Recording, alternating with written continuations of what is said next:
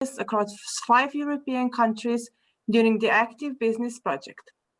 My name is Živa Majcen-Rošker, and I'm going to moderate today's conference.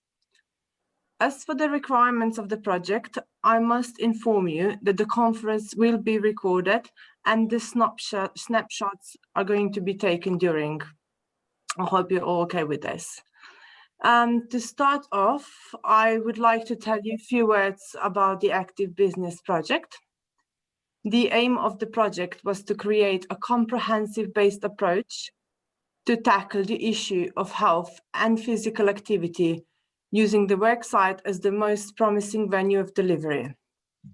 During the 3-year project between 2018 and 2020, the Active Businesses has developed and piloted a comprehensive program of activities in Slovenia, United Kingdom, Italy, Poland, and Turkey to be easily applied within different working environments in order to improve the health and physical activity and physical conditions of workers, employees, entrepreneurs, and managers.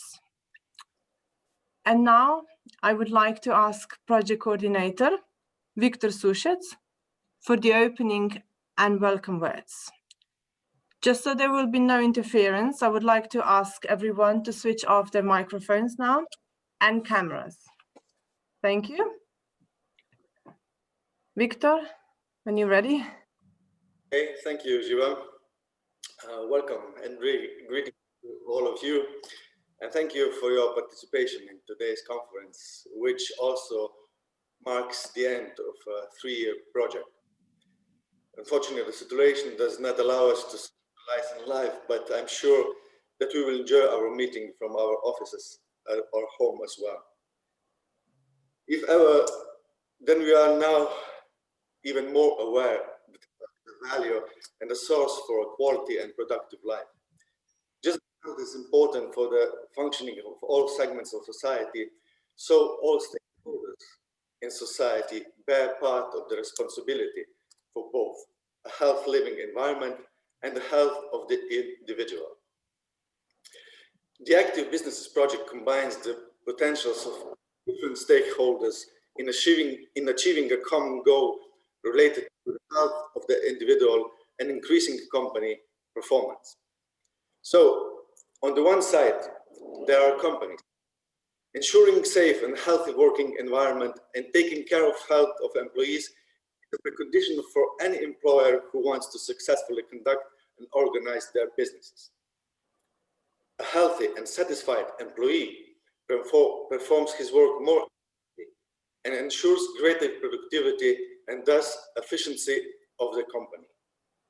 And on the other hand, there's a physical activity as a tool to achieving a specific goal. It is known and proven many times that regular physical activity has many positive effects on the health and well-being of the individual. Physical activity is therefore recognized as one of the most effective tools for improving the health of the individual and his greater efficiency and productivity at work as an employee. So, always and everywhere, preparation is key to success. And this is true in our project as well. And this brings me to all the partners of the project. Italian partner CESIE, Rosina, and her team who took care of promotion, dissemination, and branding, and also hosted our workshop for coaches. Polish partner Institute of New Technologies, Małgorzata, and her team who were in charge of research and preparation of the final guidebook. Our UK partner, European Sport Academy, Małgorzata and Jeremy and their team, they were in charge of implementation of activities in practice. Our Turkish partner, Lidosk, Osman and his team, who were overlooking and monitoring the project and made sure all went smoothly. So thank you all for being a great partner. We did it together and we brought it to here where we are. I must not forget Živa and Maya for their support for today's conference. Thank you too. And thank you all again for joining us today. And I wish all of us a pleasant gathering and a useful insight. So welcome to our conference. Thank you. Back to you. Thank you, Victor, for the kind introduction. The first presentation today, it is going to be pre-recorded speech by Vlatka Komel. She's a secretary at the Ministry of Labour, Family, Social Affairs and Equal Opportunities of the Republic of Slovenia. Unfortunately, due to her work obligations, she will not be available for questions at the end of the presentation, and she is not available today. But I'm sure we will all enjoy her presentation. She will present us the Healthy Workplaces campaign that was launched in 2020 and will finish in 2022. Victor, can I please ask you to upload her presentation? Thank you. Yeah.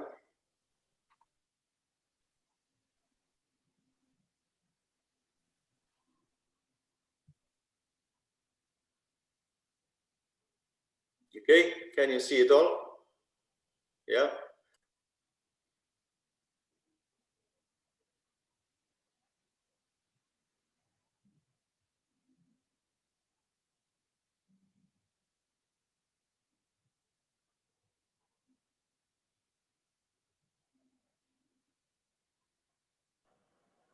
We can't hear Victor.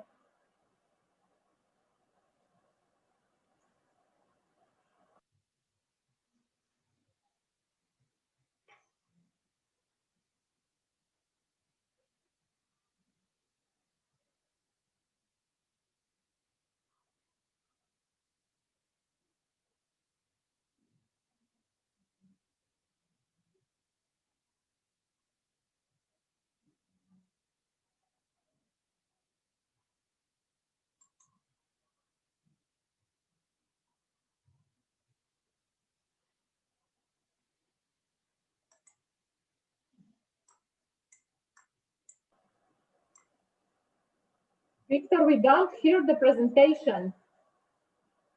Does other hear the presentation? No. No. Could you have a look what is, why Maybe can't we hear? Maybe you shouldn't be on mute, Victor. What can I do? Don't be on mute. Yeah. In Bilbao, And start from the beginning. Start from the beginning and don't put mute on. Okay. Sorry. Here it goes again. Hello to everyone. First of all, I'd like to thank the organizers of the conference for the invitation.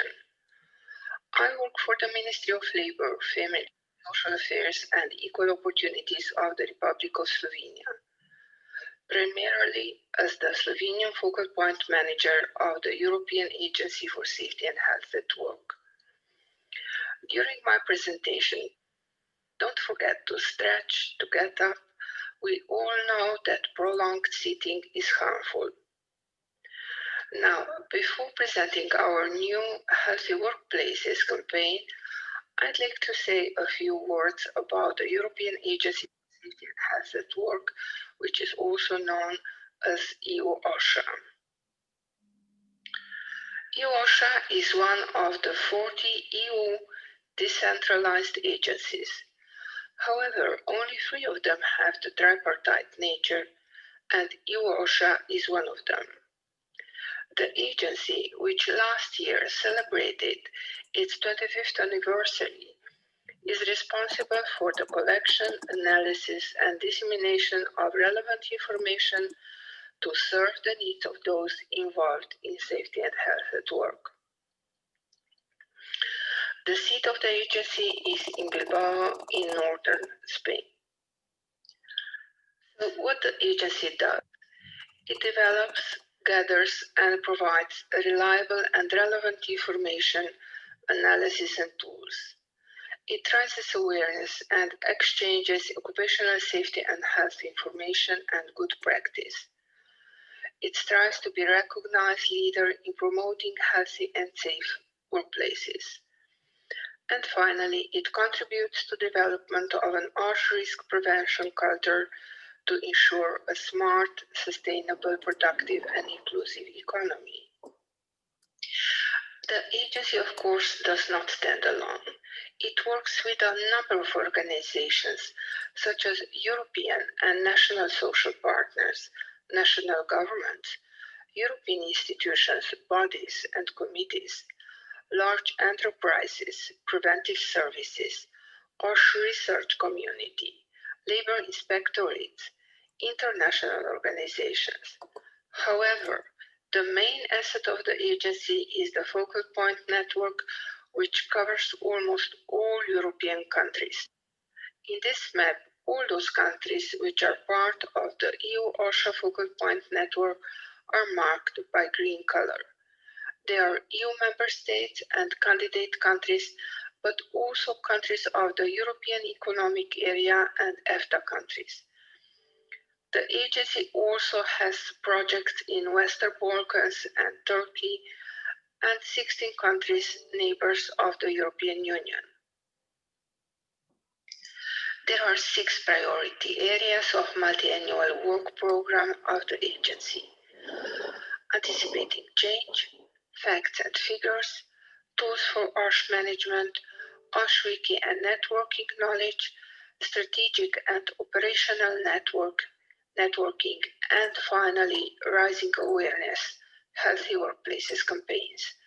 And today we will talk about the campaigns. The Healthy Workplaces campaigns promote the idea that good health and safety is good for business.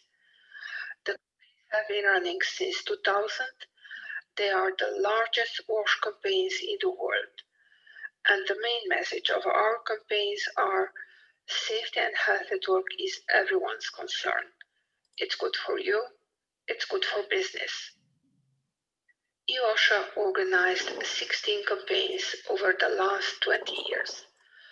The topic of the current Healthy Workplaces campaign, Lighten the Load, is prevention and management of work-related musculoskeletal disorders. The campaign started all over Europe in October this year. In Slovenia, we launched the campaign with a webinar on MSDS also in October. The activities will continue until November 2022, and I sincerely hope that you will join us in our efforts. So why EOSHA decided to run the campaign on MSDs? What is the problem? According to the SNR survey, 3 of the 4 most frequently identified OSH risk factors are MSD risks: repetitive hand or arm movements, prolonged lifting or moving people, or heavy loads. The 6th European Working Conditions Survey, approximately 3 out of every 5 workers in the EU reported MSD complaints in the back, upper limbs, and lower limbs. Of all workers in the EU with a work-related health problem, 60% of them identify MSDs as the most serious. The most common types of MSDs among workers in the EU28 are backache and muscular pains in the upper limbs. Muscular pains in the lower limbs are reported less often. MSDs are preventable and manageable. Taking an integrated approach and promoting a culture of prevention are essential. Actions to prevent or minimize MSDs should be based on the general principles of prevention.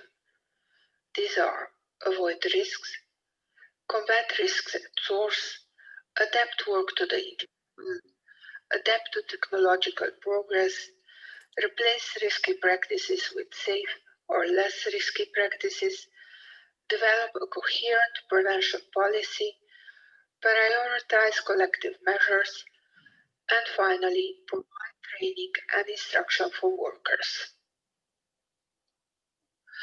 Risk assessment is essential for successful prevention. Everyone, employers, managers, workers, and/or services should participate in identifying risks and ways of managing them. All groups of workers should be covered. The risk assessment process should be regularly revised and updated.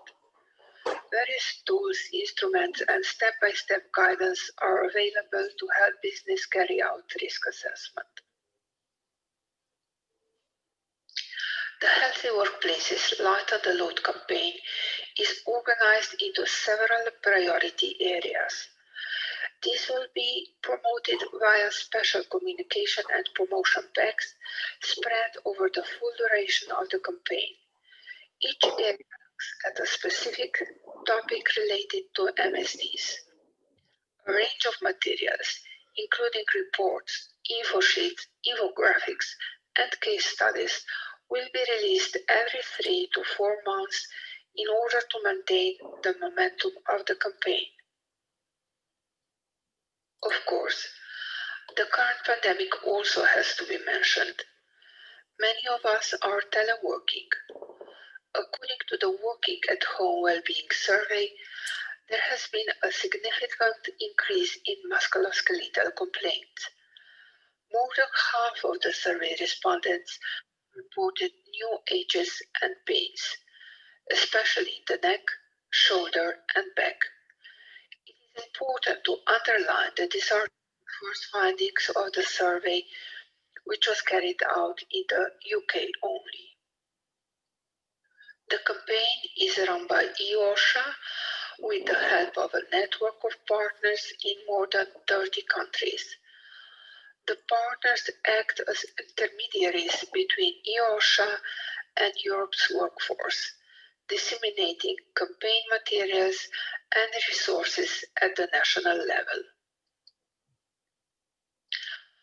On the campaign website, you can find various campaign resources, such as publications, campaign material, campaign toolkit, NAPO films, OSH-Wiki articles, practical tools and guidance, case studies, and also an overview of the relevant EU legislation.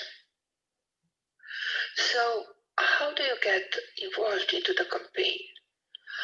The European Week of Safety and Health at Work is held every year in October, and it is a highlight of the campaign calendar. You can get involved in many awareness-raising events that are organized in the EU and beyond. The success of the campaign depends on strong partnership between EOSHA and key stakeholders. Pan-European and international organizations with a commitment to OSH can become an official campaign partner. Part of the campaign is also the Good Practice Awards competition. So organizations in EU member states, countries, potential candidate countries, and also EFTA countries are invited to participate in this competition. With the campaign toolkit, you can start running your own campaign to raise awareness about work-related MSDs. Everything you need to promote and make a contribution to the campaign is available in the campaign materials. You can view upcoming events on the campaign website, and in return for organizing events and activities to support the campaign, you will receive a certificate in recognition of your efforts. So this is the campaign website address. Thank you for your attention.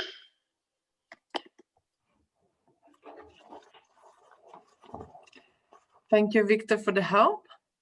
That was such a great presentation. It is a shame that she couldn't be with us today, but let's move on. So I think we're now ready to start with the keynote lectures. But before we start, let's set some ground rules just to make sure that everything runs smoothly. I will ask everyone to switch off their microphones and cameras, but I can see you're already doing this. So that's a good thing.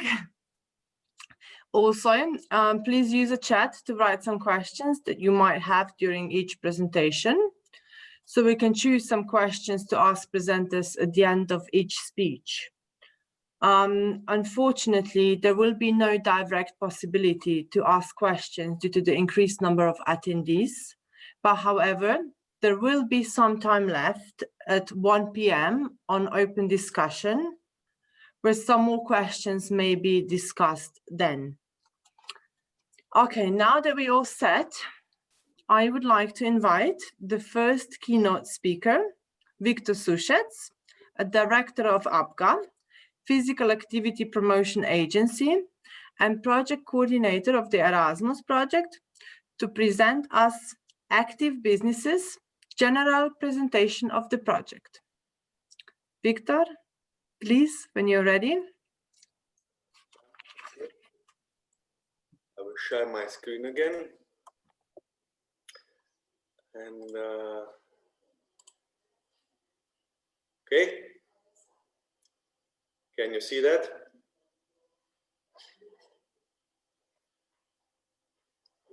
Can you see my presentation? Yeah, okay. Yes, we can see that. Okay, thank you.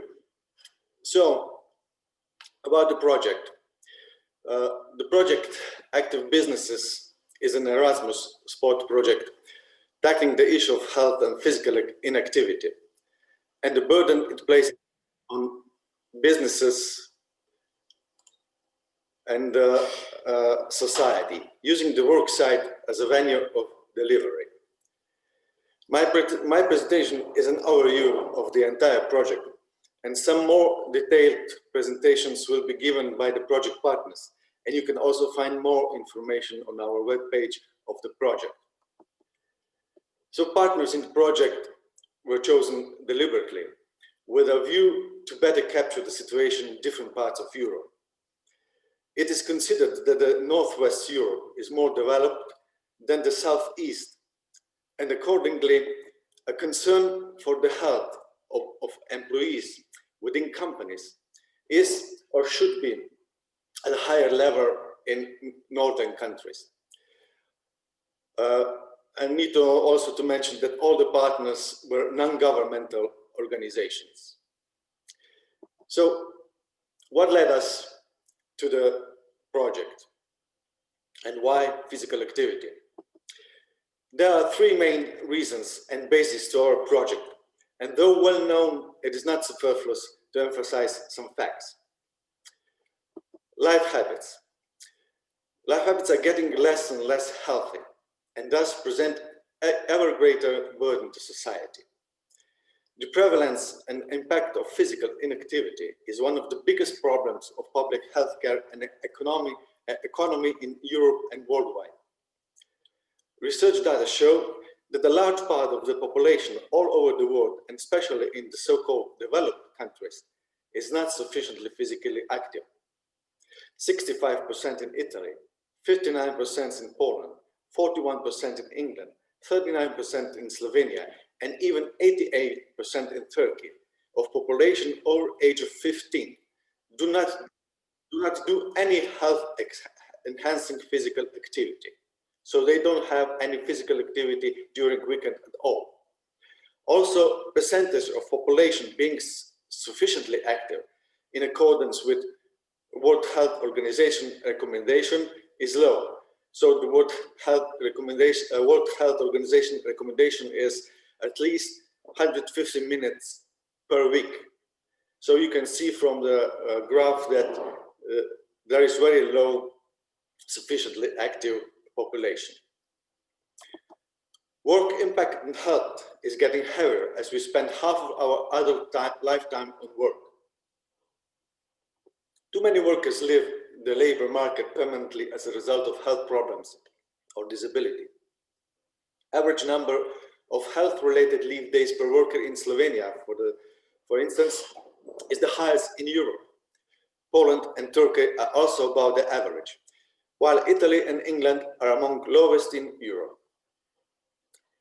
Only 12% of workers in Poland, 5% in Slovenia, and only 4% in Italy are aware of any existing policies or programs at their workplace to support people working up to or beyond the retirement age. Only 27% of companies in Europe promote physical activity at work. Economic burden is the next factor and basis for our program. And all these negative factors result in increasing economy burden all over the world. Only 22% of companies report measuring financial outcomes of their health promotion programs. Spending on disability benefits has become a significant burden on public finances and hinders economic growth. Physical inactivity costs are calculated in billions of dollars worldwide, of which almost half is paid by the private sector and so companies and employees. So why physical activity and worksite? According to European White Book on Sport, worksite is one of the most promising venues for the problem of health and physical inactivity. There's a growing evidence that workplace physical activity initiatives are programs, and programs have positive impact on employees and companies as well, showing positive impact on health and productivity, better physical and mental health status of employees, positive corporate image and identification with company, long-term savings for companies. EU OSHA and their research showed that occupational EU OSHA estimates that return on investment on health promotion is even as much as 1:5. So why companies are reluctant to implement more health promotion programs? During our project, we find out that organizational time and interrupting the work process was most often the reason management expressed for not joining to our project, stating that working processes are scheduled on the second and very hard to be disturbed, while funds were, on the other hand, usually not a problem. Other reasons were running costs, arrangement of space, sport equipment costs, and waste of working time. So, even to the fact that profit could be up to 5-fold, and that the activities, exercises can be adapted to whatever needs and conditions, companies are reluctant to implement programs into worksite. As EU OSHA research shows, only 35% of companies have action plan to prevent work-related stress. So what about our project? What our project is about? The basic framework of the project consists of 3 tasks. That is, to identify the current situation, which is usual in Erasmus projects. So we did identify the current situation in the partner countries. Then we checked and tested possible solutions. And on this basis, we developed instructions and recommendation with practical solutions for implementation of health programs on worksite. Analysis of state of art was done using questionnaire that encompassed 3 sets of questions. First set was addressing formal actions in businesses taken to increase promotion of health and physical activity. Second set was addressing effectiveness of physical activity and health promotion in the workplace. And the third set was addressing specific activities on health promotion undertaken in company. Results of our project show that, in average, only 38% of respondents were positive having a formal policy regarding support of health promotion. Very expressive is the fact that managers and owners responded more positively than employees on all questions in this regard.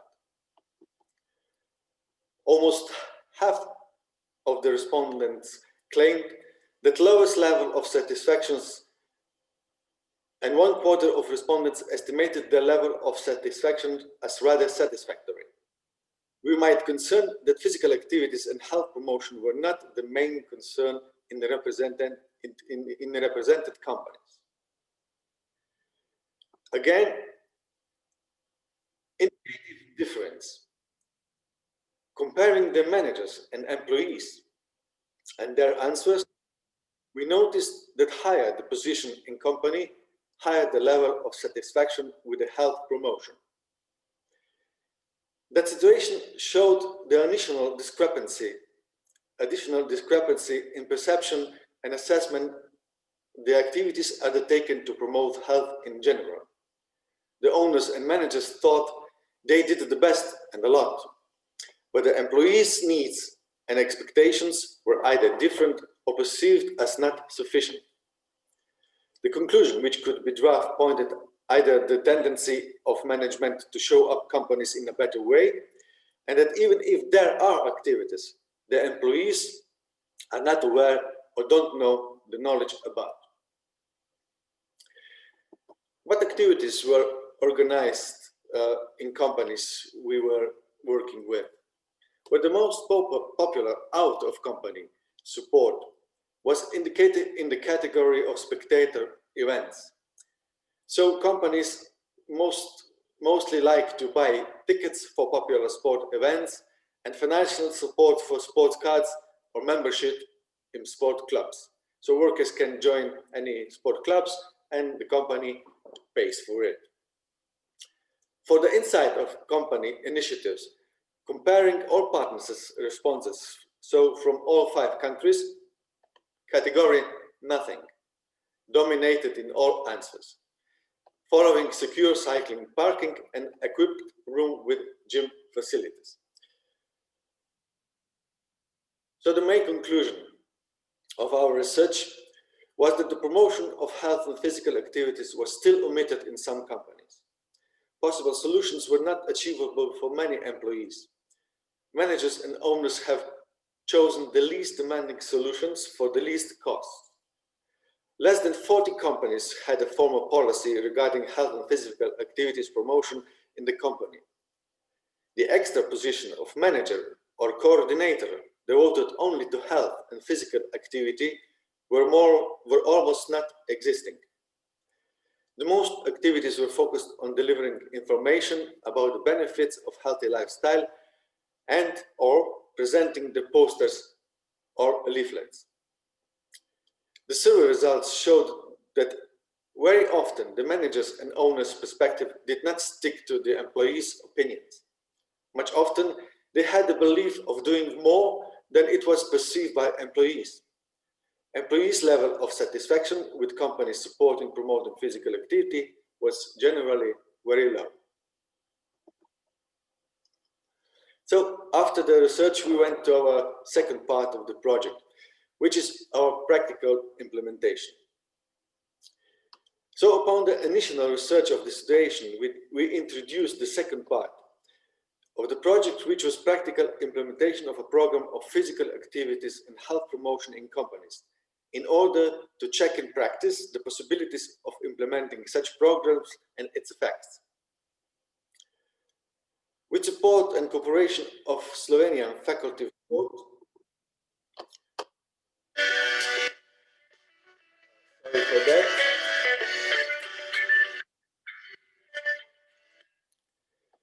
So again, with support and cooperation of Slovenian faculty of sport, we developed a series of exercises specifically designed to improve various work-related problems, such as poor posture, back pain, wrist pain, sedentary work, physical hard work. Each exercise lasts 1 minute and can be combined into a longer training unit.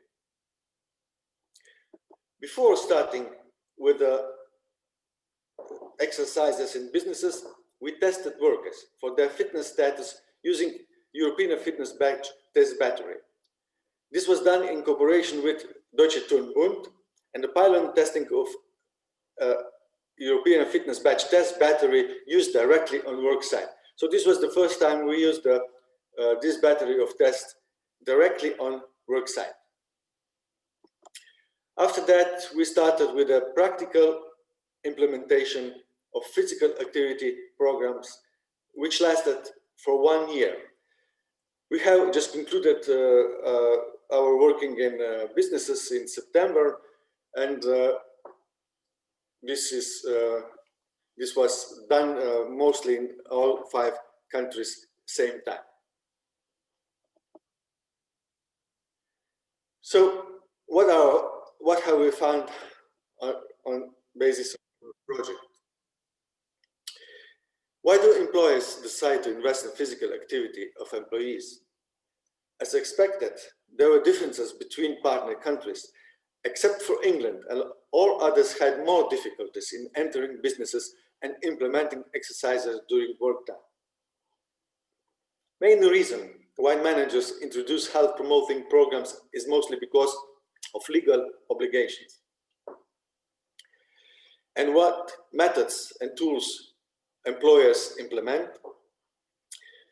As previous research showed, most often employers choose the less demanding and expensive activities, such as delivering information about health promotion and a healthy lifestyle, and presenting posters or leaflets.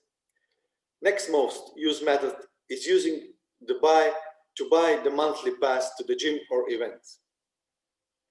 Mostly, we prefer technical and material initiatives rather than professional assistance and activity programs. And what kind of companies were more interested in participating and implementing the Active Businesses program? According to our observation, medium-sized and big companies were more interested in our programs than small companies. And they treat it as a means of motivating and rewarding employees. More interested were production companies and less service companies. So what are the effects? What are the effects of the program implementation? More employees started to be physically active, and those who were active before increased their activity to more days in a week. More employees changed eating habits, having more fruit and vegetable. We found out that during our project there was less absenteeism. As much as 15% more workers were not absent at all. Others were absent less days. And this data also shows that this is financially positive. So it brings positive effects in economy of the business. There was also less presenteeism, which also shows as financial benefit of employers. So more than 20% less workers were present at working being ill, and others were present ill less days. Even evident is large decrease on being present more than 9 days. Overall opinion was very positive in all aspects. Employees would like to continue with the program and recommended it to others. They have changed their attitude towards healthy life habits.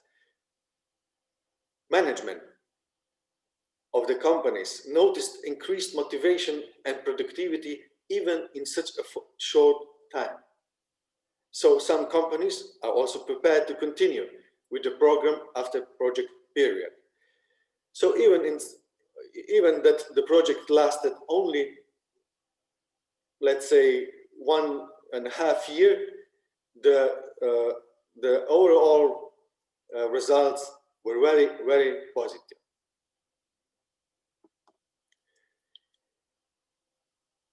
So what can we conclude on the overall of the project? Occupational health and health measures in companies are still mainly concerned with technical and ergonomic solutions, which contributes to reducing injuries at work and making work easier, but does not deal with the actual health of the individual. Some efforts were made, and some progress has been made on taking care for employees too, though mostly due regulations than employers' initiatives. We can conclude that technical development of the workplace was not followed by the humanization of work and equal care of individual. It is evident that physical activity programs for employees is beneficial and profitable for employees, companies, and health sector and society in general. Especially in the practical part of the project, we found that many obstacles and concerns are unfunded. With joint cooperation and readiness, health promotion can be part of an effective company policy. So overall, we would say that our project showed very positive, and we are glad to share our findings with you, and hope to prolong our project in the future too. As said, in Slovenia, both companies that were active in our project are still doing the exercises on worksite and still doing the active businesses program. So thank you for your attention, and that is all. Thank you. Back to you, Živa. Thank you very much for a very nice presentation. I'm not sure if you all saw, but I have posted a website address in the chat where you can all have a look and read more about our speakers and the project itself.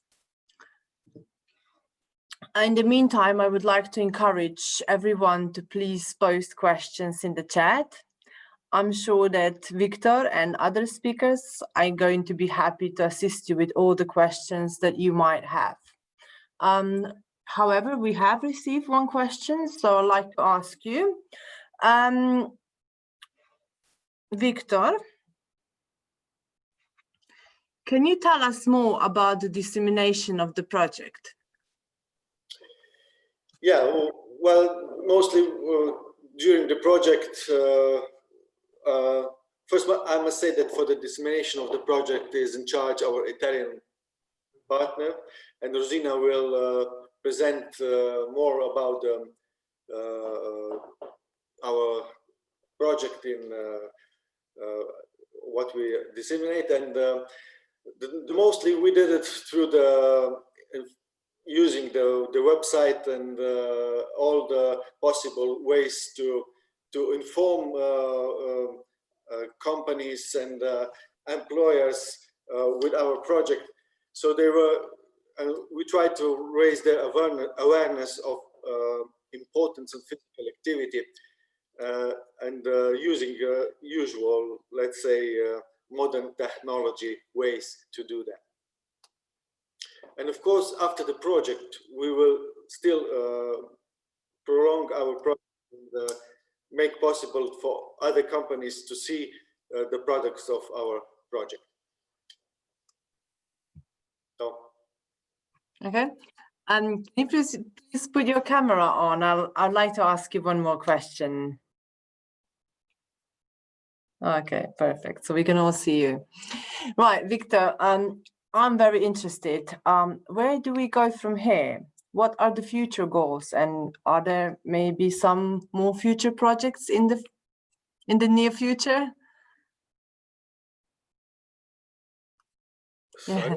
Okay. Yes, of course, our company, ABGA, our main interest is in doing a project with companies and promoting physical activity.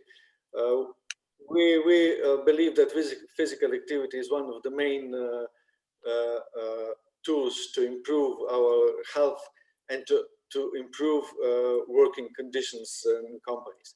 So, of course, we will try to submit another project with similar topics, and of course the products of this project will be available on our website, and there's a lot of tools we have developed, and also the guidelines on how to do with the problem. So I hope this will be helpful to companies and to others who are dealing with these problems. Okay, thank you. Again, everyone who has any questions, please post them in the chat. We can still discuss them in the open discussion at 1 p.m. And it is my great pleasure now to introduce the next speaker, Professor Maja Pajek. She's an associate professor of kinesiology at University of Ljubljana. She's also a vice dean of scientific and research activities at the Faculty of Sport. She will be speaking to us today about the physical activity at work, why it is good for business. So hopefully, Maja, you can set us some you can help us with some nice information today when you're ready.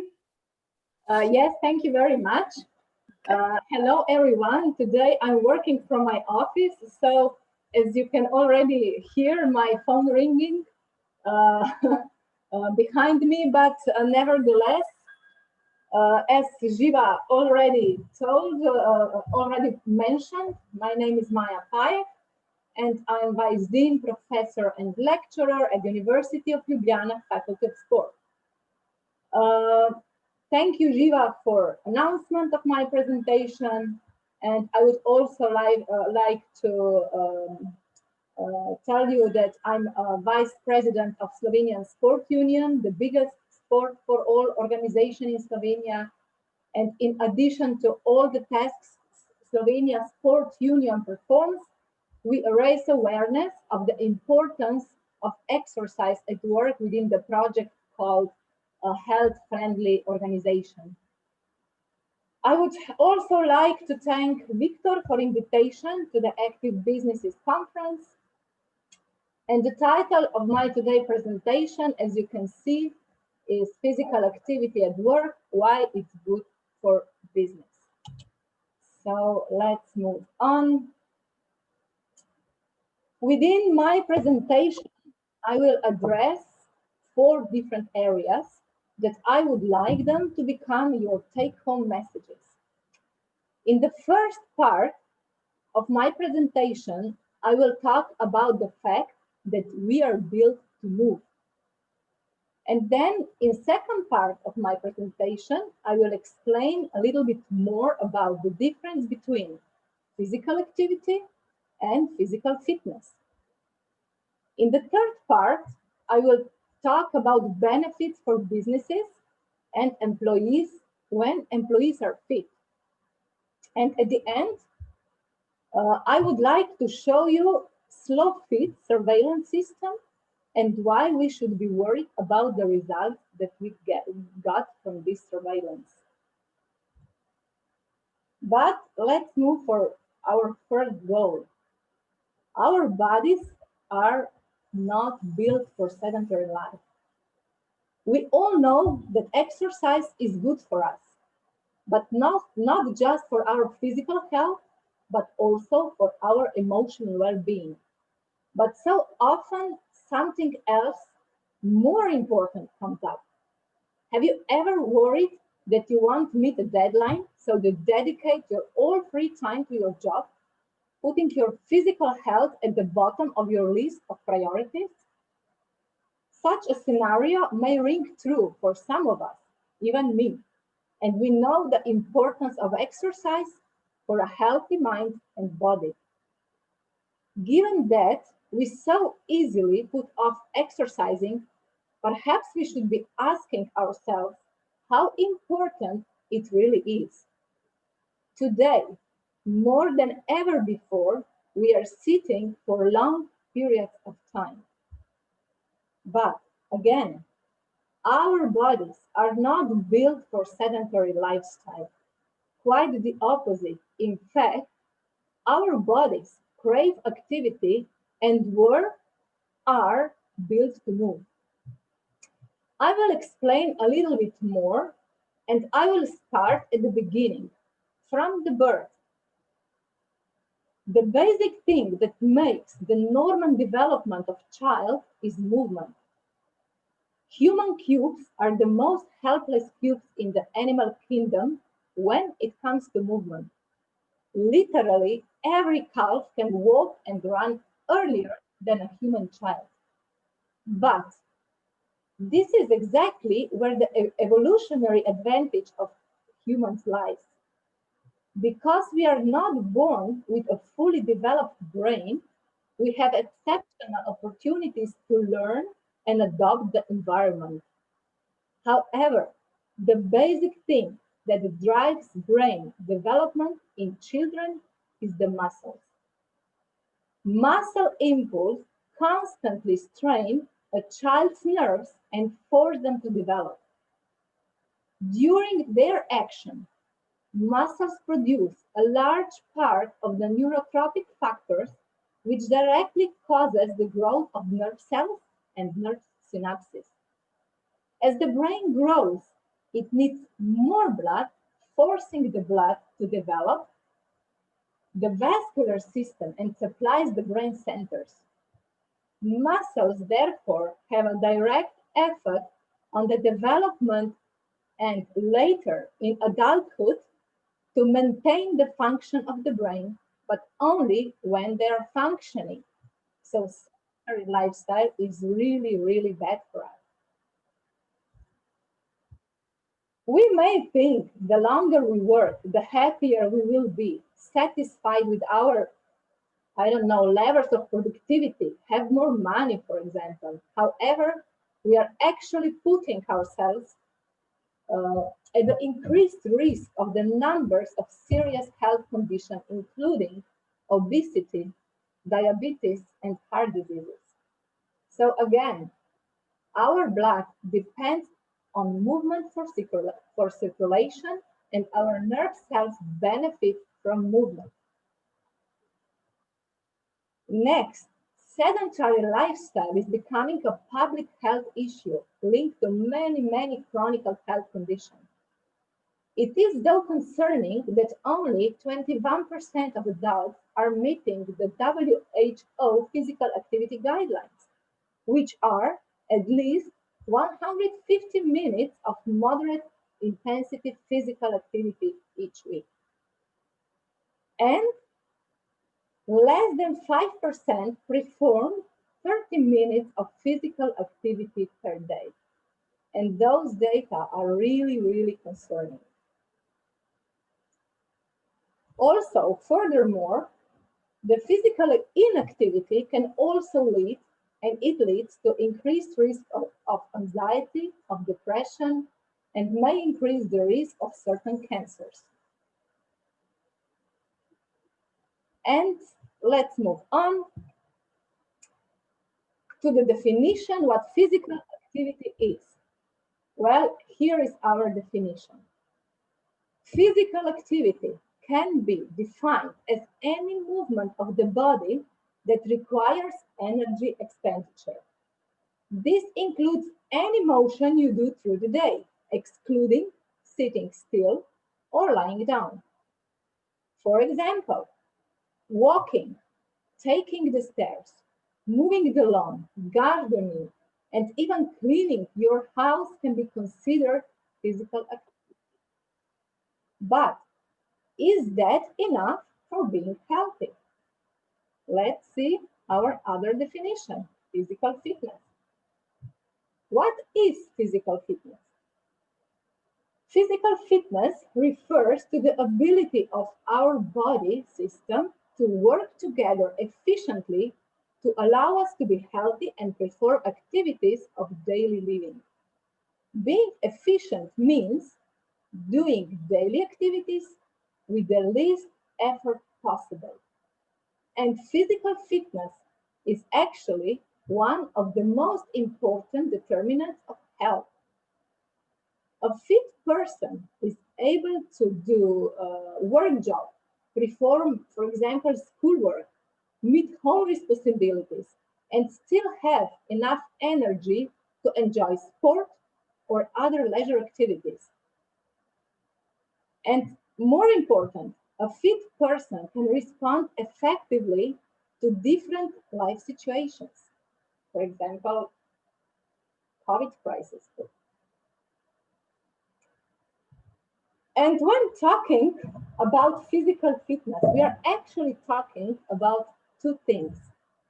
One is health-related physical fitness and another skill-related physical fitness.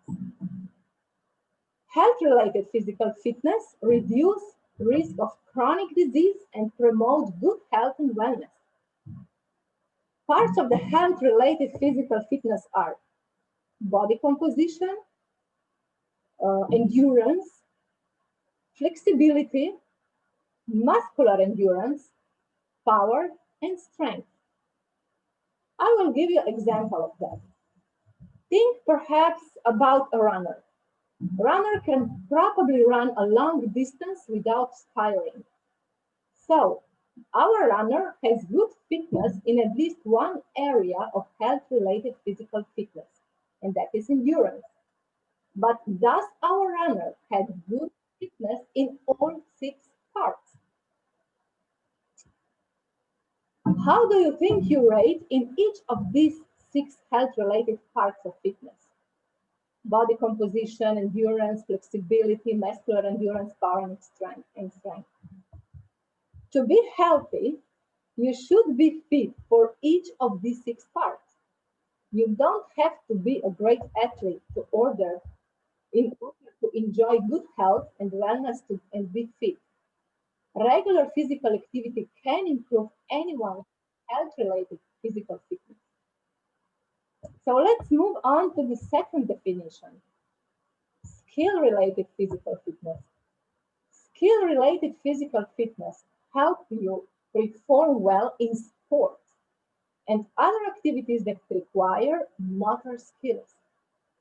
Parts of skill-related physical fitness are, for example, balance, agility, coordination, reaction time, power, strength. For example, endurance helps you perform well in sports such as swimming or running or cross-country running.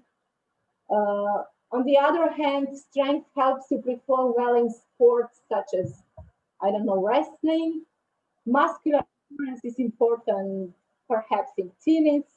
Flexibility, very important in gymnastics. Power helps in track activities such as discus throw, and so on and so on. So here is the difference. So it is not enough to be just physical active, but you have to have health-related physical fitness at optimal level to benefit from. Physical fit employees tend to be more self-confident and energetic thanks to the endorphins released during exercise. Second, these endorphins will also lead to the positive attitude towards work, co-workers, creating less stressed workforce. Also, immune system of fit employees are generally stronger, meaning that they can fight off sickness better. This is huge benefit to businesses, which are today spending billions on sick days. If you look on this slide, from early childhood to adulthood, we can see that physically active children are less likely to be obese. Furthermore, have up to 14% higher test scores. In adolescents, they have more positive attitudes towards their body, less smoking, less drug abuse, less risky sex, and they are more likely to go to college. As adults, they have higher annual earnings, have lower health costs, are more productive at work, and have reduced risk of heart disease, stroke, cancer, or diabetes. Also, active parents associated with active kids. And a very important fact here, kids of active moms are 2 times more likely to be active. So moms are the ones who have strong influence on our kids. So we should consider that also. And now I would like to show you some very concerning results from SlowFit provided by SlowFit research team from University of Ljubljana Faculty of Sport that will probably affect work efficiency of Slovenia employees in the future. But first, what is SlowFit? SlowFit is a national surveillance system for physical and motor development of children and youth. Since 1989, every year, all primary and secondary schools in Slovenia participate in SlowFit national surveillance system. And we are the only one that we do that in the world. Motor development is monitored through the development of various motor abilities, such as strength, endurance, flexibility, speed, explosive strength, coordination, and so on. And what can we see from this figure here? We can see secular trends in motor efficiency of primary school children in the period of 1989 till 2020 in Slovenia. And just look the drop of numbers due to COVID crisis here and lockdown in Slovenia. And I strongly believe that situation around the world is similar. And now let's do some brainstorming. Let us imagine that we do nothing about these numbers and play optimists. Children who today are behind in terms of motor development, and I must tell you here that the drop of endurance was up to 17%, can perhaps make up of what they lost in the student years. But during their student years, research shows that they will lose about 5% again, and they will enter the job market with approximately 15% less work efficiency. In 2019, the net value added per Slovenian employee was around 47,000 euros, and now this employee will perform 50% less than he could on each working day. This means that this alone will reduce his net value added by around 7,000 euros. If there are around 250,000 of these workers, which is roughly the number of all children and young people of the Corona generation in Slovenia, yes, we call our children Corona generation, the Slovenian economy will lose over approximately 1.7 billion euros a year. And of course, year after year. If we take into account that the Corona generation kids will make more mistakes due to poor brain development at work, and there are more sick leaves due to poor physical condition, we can round the figure up to 2 billion euros per year without any hesitation. Another research that I would like to show you, what happened after sitting quietly with our brains here, and what happened after 20-minute walk. Remember, the movement will encourage creative thinking, making the time more creative and productive, helping to contribute ideas to the meetings, and might not occur without all involved sitting around the desk. And that is something we should remember as management of the companies. So thank you very much. Now I will put my camera on and I will stop sharing so you can see me. Thank you, Maya. That was an outstanding speech. I think that by now we are all convinced that sedentary lifestyle is the #1 enemy and is of course linked to many chronic diseases and musculoskeletal problems.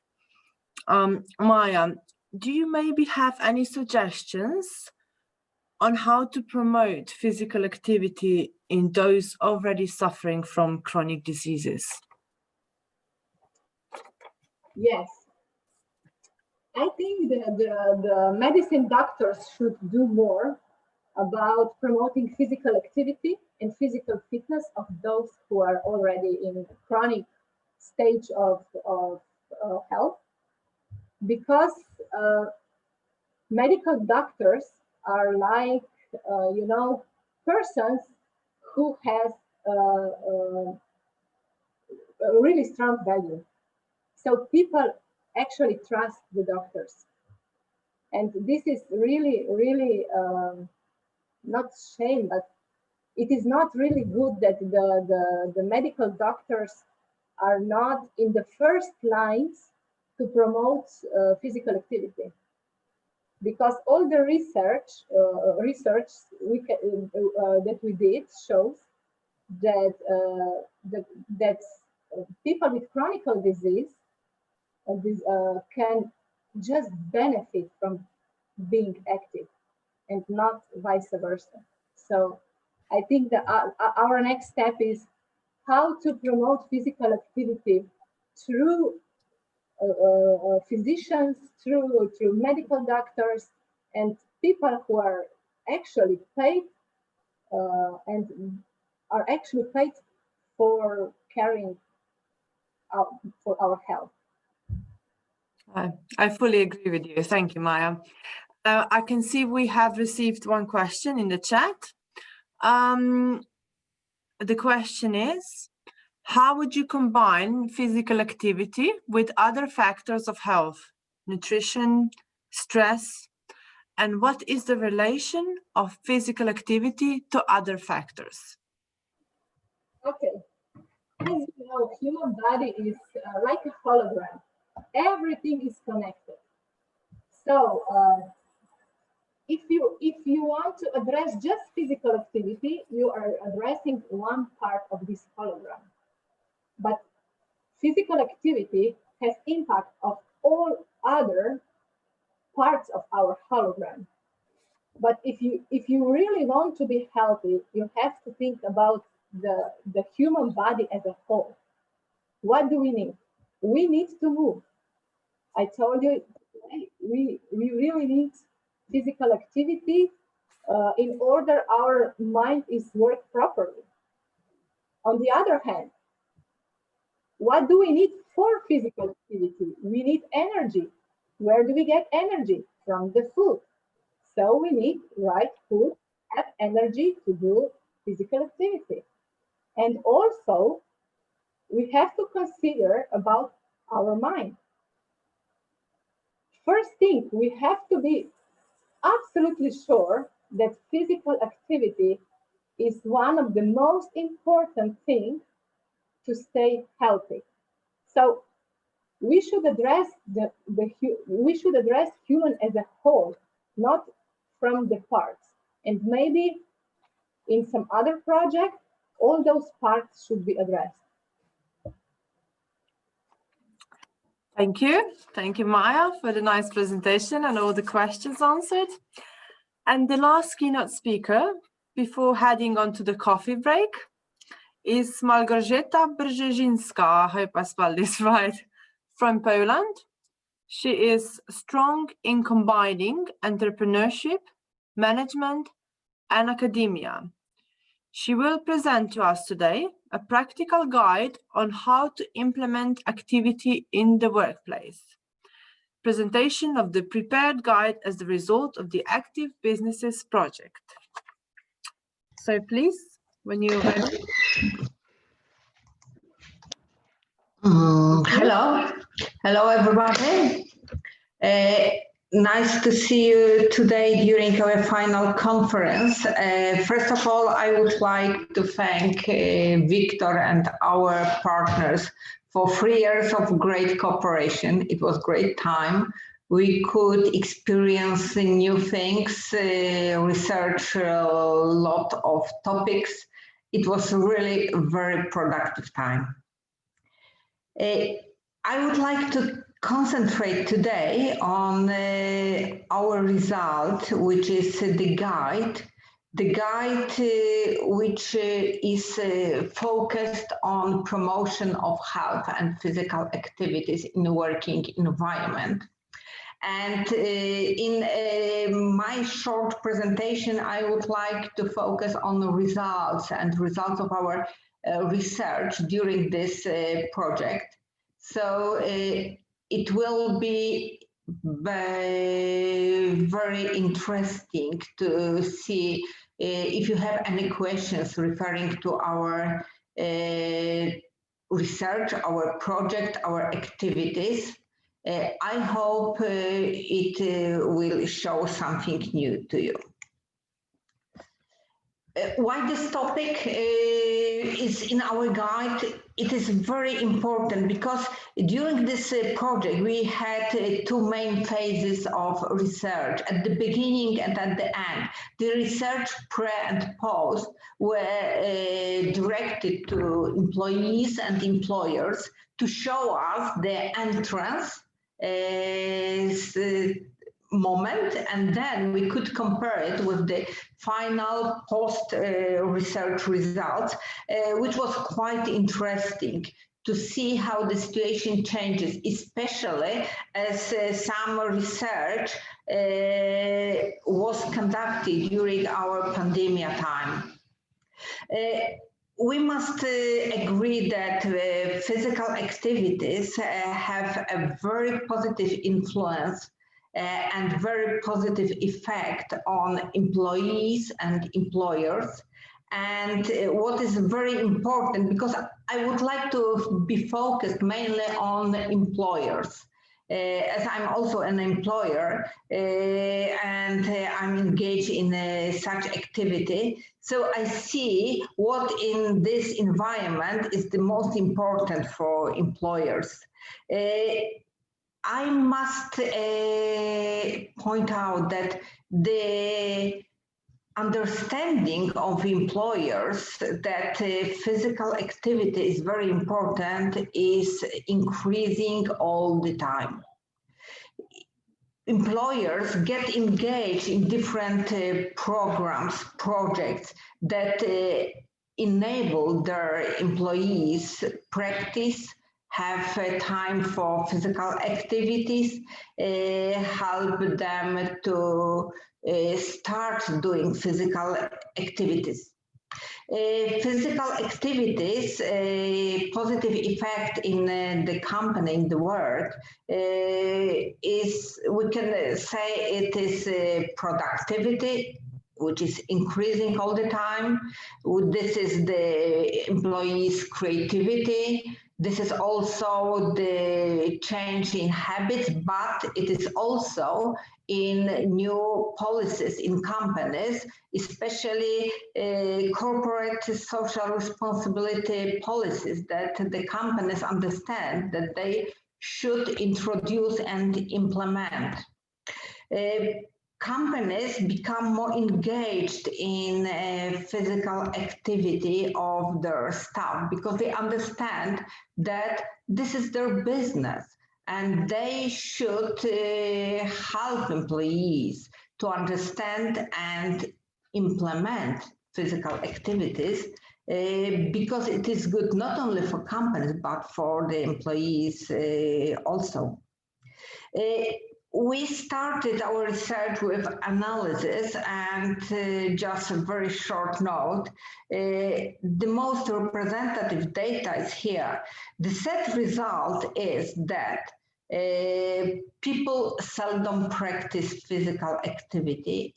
They seldom exercise, and almost 30% of people declare no activity. So we should do something about that because we know that the influence of physical activities is huge on our lives, personal and professional as well. What are the main issues that our guide is focused on? So, as I have mentioned, this is the implementing physical activity and health promotion, but understood as very practical steps. We would like to increase the proportion of employees who see the real importance of physical activities and programs of eating healthy. We know also that programs of physical activity influence the activity and effectiveness and economic reasons and results in the companies. Health promotion is very important, and we are very glad that more and more companies understand that and know that it is worth to invest in physical activities of staff. And they understand that CSR programs are very important when they are focused on physical activity and health of the staff and people employed in the companies. But we also met lots of problems because there were questions why you don't implement physical activities, why you don't exercise. And the reasons were quite different. We must say that people declared that they had problems of different types. I mean, the employees. For example, there were their personal problems, problems with their duties, with combining work with personal life and exercises. Managers and employers declared that the problem is the economic reason. They don't want to invest in sport, in physical exercise, or rather they can't afford that. But we must understand that when we talk about physical activity, we must talk about long perspective. We can't look at the problem from a very short time perspective, because the results will not appear in a few months, but in a few years at least, or even more. Attitude of employers who treated such exercises as a waste of time are very seldom. It is also very popular, especially in Poland, that lots of companies invest in buying gym passes for employees. But it is the easiest way, because then the employees do the exercise or they don't do the exercise after work. So it is very easy, but they are not encouraged to do it. They don't have any promotion of physical activity. And in fact, as it was shown in our research, not all people take these passes and to do the exercises. Here are the short points or steps of our guide, the content of the guide. So we started with the objectives with our pre-research. We started to see the real problem. Then we tried to compare with European policy standards and documentation to see what possibilities there are for companies and employees.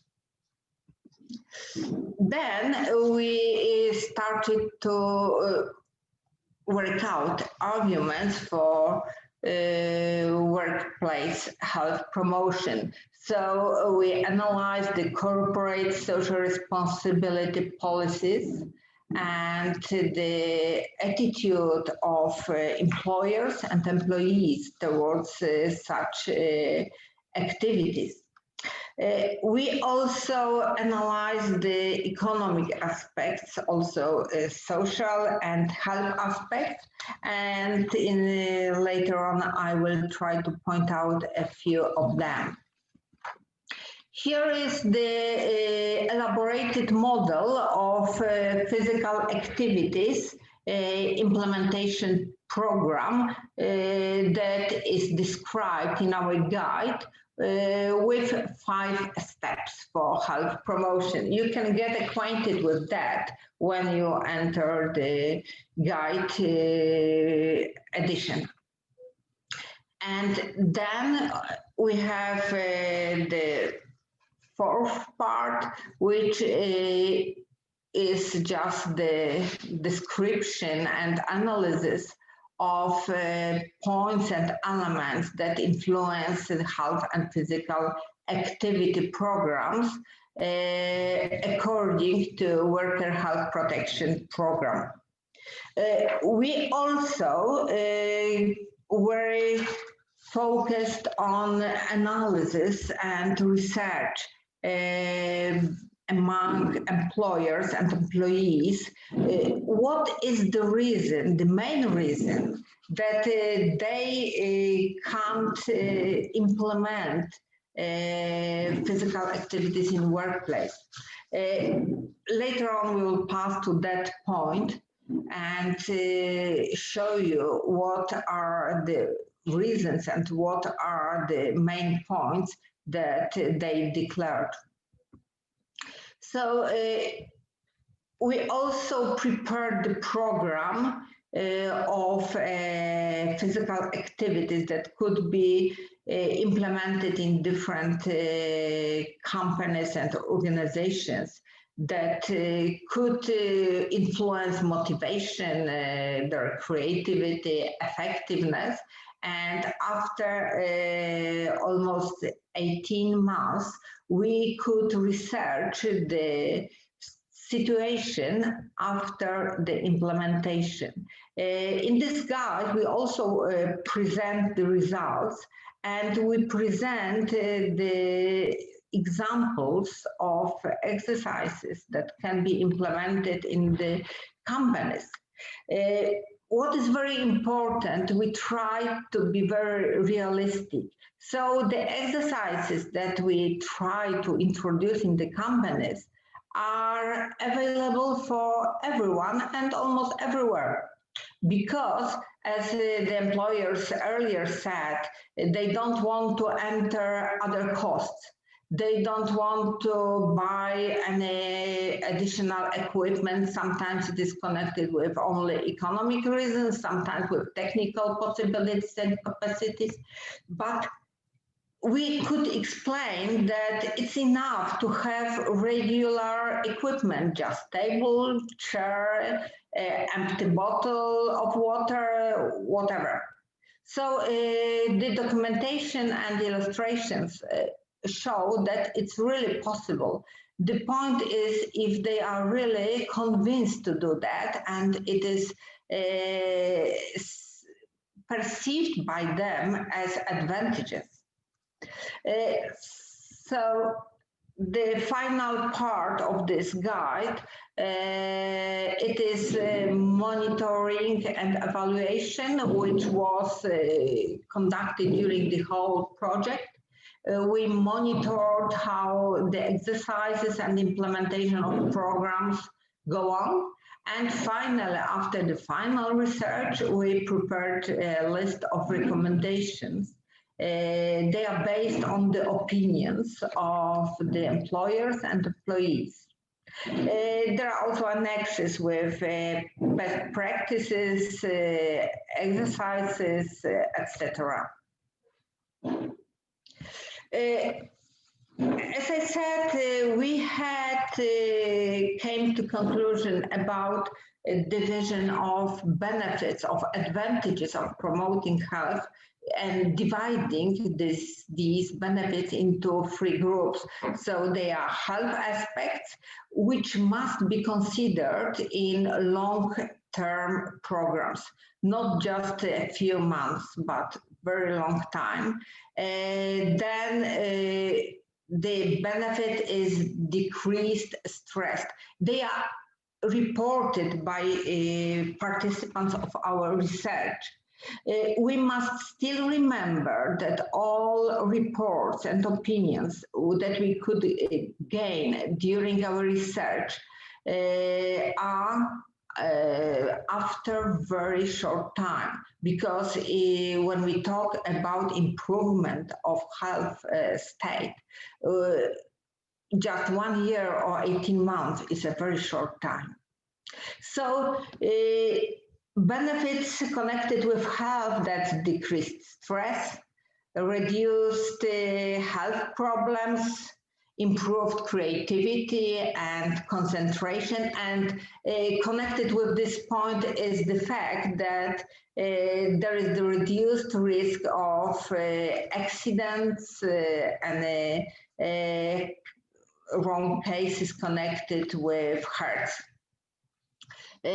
People got a more positive attitude towards work and towards other people cooperating with them.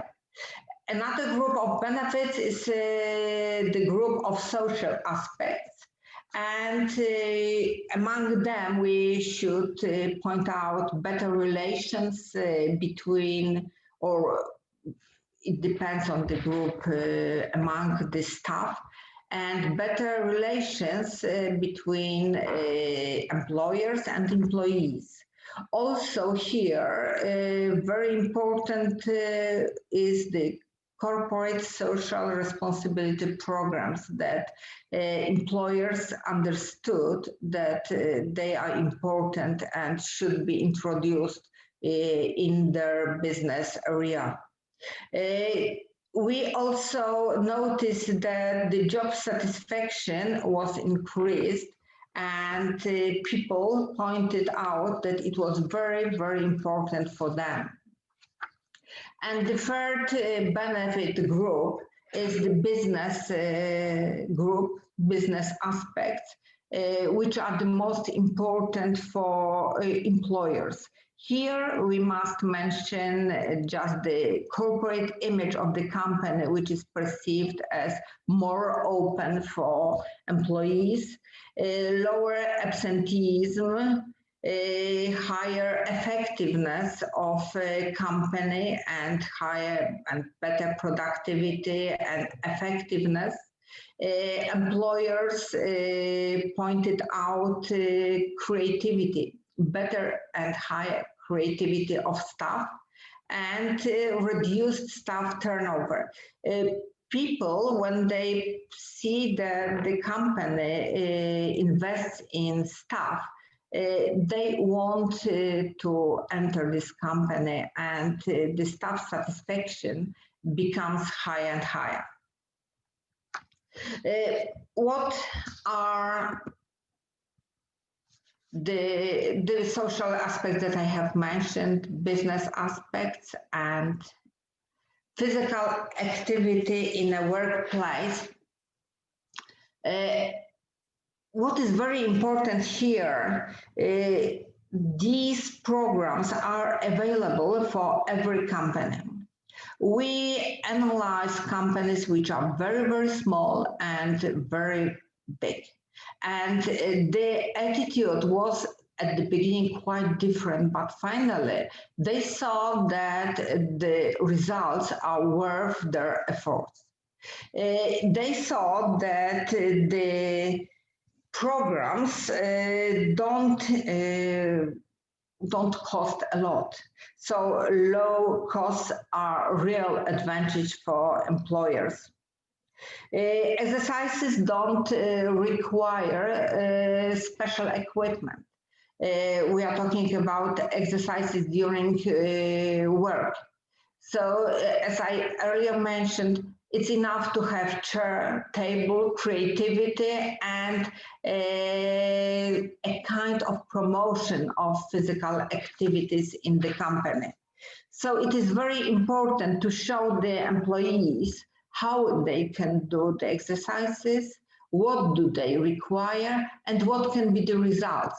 And after our research, we can confirm the point that it really influences the satisfaction and health of the employees.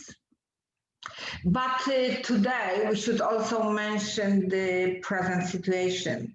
So now it is even more important to remember about physical activity, especially as in our pandemic times there are huge limitations and physical activity is significantly reduced.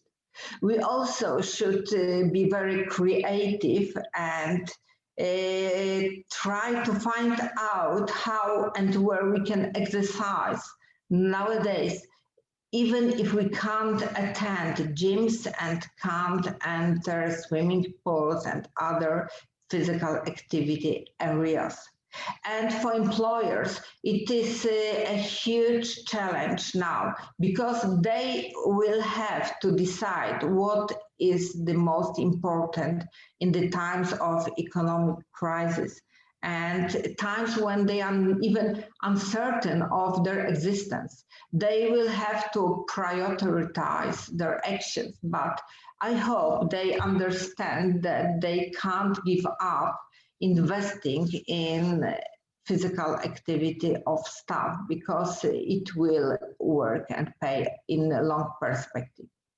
And here is the example, practical example, because in Poland we implemented in several companies the program, and the creativity of companies is huge. They just invented such boards and place them in the companies, showing that people can do it. And it depends, of course, what kind of work they do. The boards were planned for certain groups of people in different departments according to their need. So it is something new. We were surprised that they could do it. And even here, just best practices from our companies that we got, what they can really do. And it doesn't require a lot, just a chair or just a table. That's all. Thank you very much for your attention. And if you have any questions, please don't hesitate to send them on the chat box now, please. Thank you. Thank you very much for a great presentation. I can see you're already doing an amazing job in promoting physical activity and the benefits of it. But how can we reach more companies, and how can we convince more employers to invest in promoting physical activity at work? The best is face-to-face work to convince them that it really works and it's not difficult and it doesn't require lots of costs. So I think that there is a lot of work for us to meet with people, to organize diverse meetings, to contact during our private meetings also and professional meetings, and show how it is easy to do it. Because when we have excuse, I can't do it because I don't have time or I don't have the equipment, it's only excuse. In fact, we have the equipment everywhere and we have time because the employers allow us to spend at least 15 minutes every day during our working time and do exercises. But the most important is, as I said, to convince employers that the results will not appear in a few months, but it is a long perspective work and the results can be seen even in a few years. Thank you very much for your answers. Well, I think we now have finished with the first section, There is no other questions in the chat at the moment. There might be later at 1 p.m. So a well-deserved coffee break now. Normally, I would say everyone is invited to join us, but this time we will unfortunately have to drink a coffee of ourselves. So I wish you all the pleasant break, and we will be back at midday at 12 o'clock. Thank you. See you. Okay.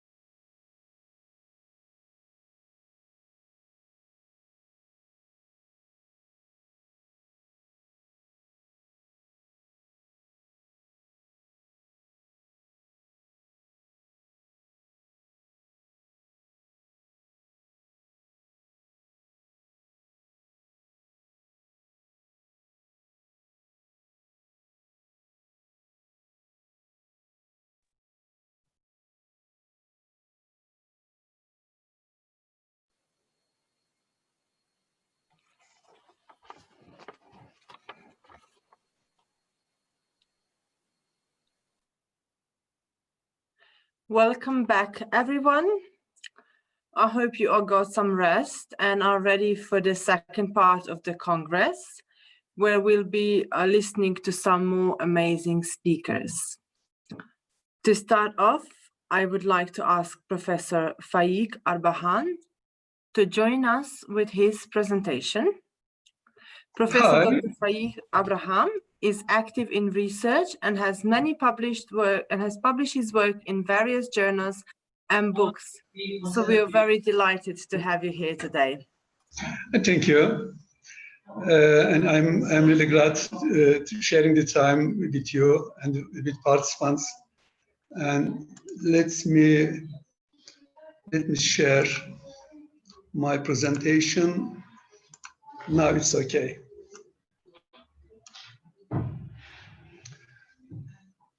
I'm ready. Perfect. Yeah, okay. Hi, everyone. My name is Faik Ardahan. I'm greeting you from Antalya, from Turkey. I'm a professor at Akdeniz University Sports Science Faculty, Recreation Department. I hope it's going to be a useful presentation for all participants. What is the meaning of being alive? What is to live? Can we say living is only eating, drinking, sleeping, working, having sex, watching TV, going shopping mall, etc.?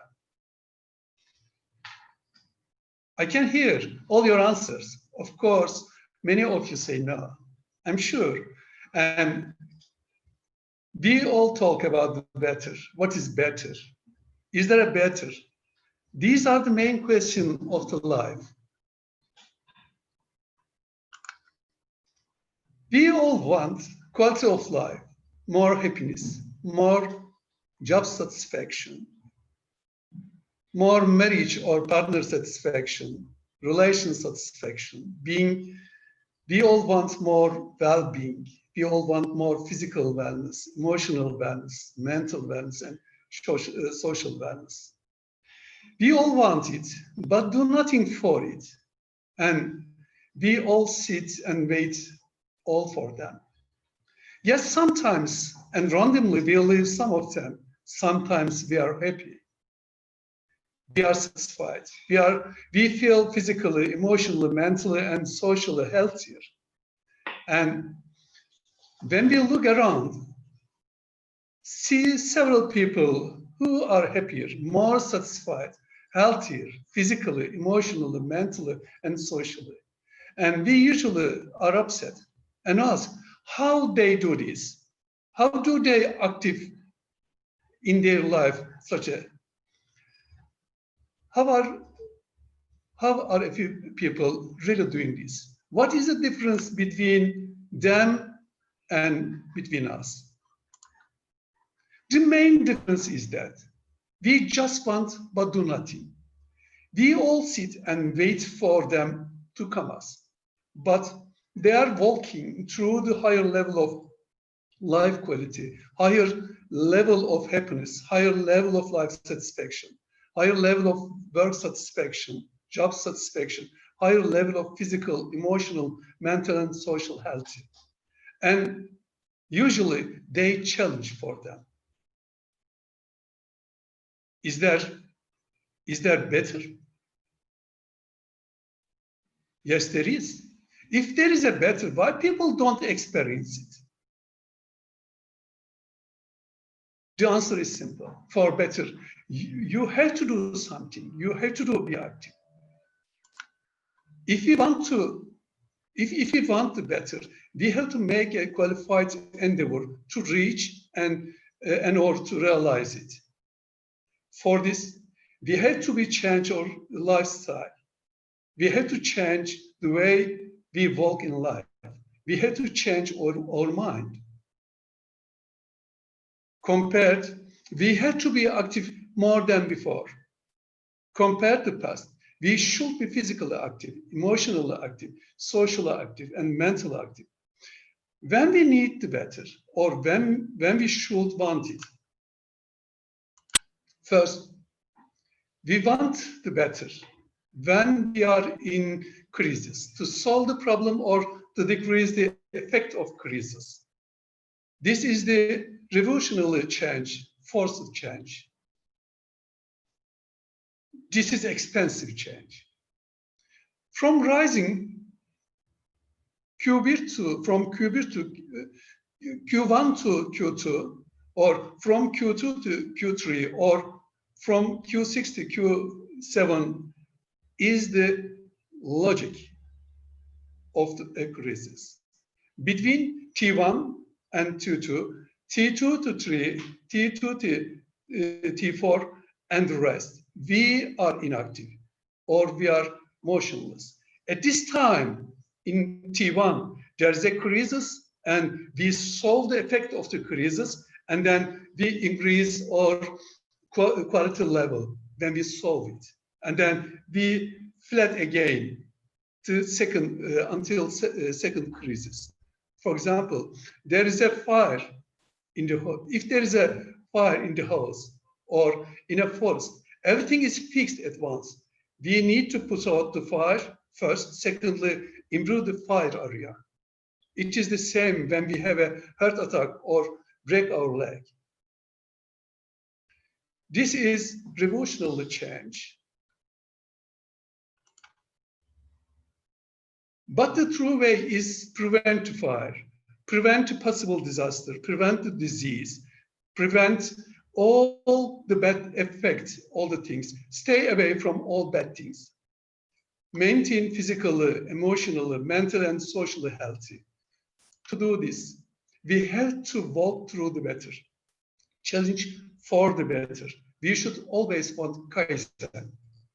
Kaizen, as you know, is a Japanese term that means change for the better or continuous improvements.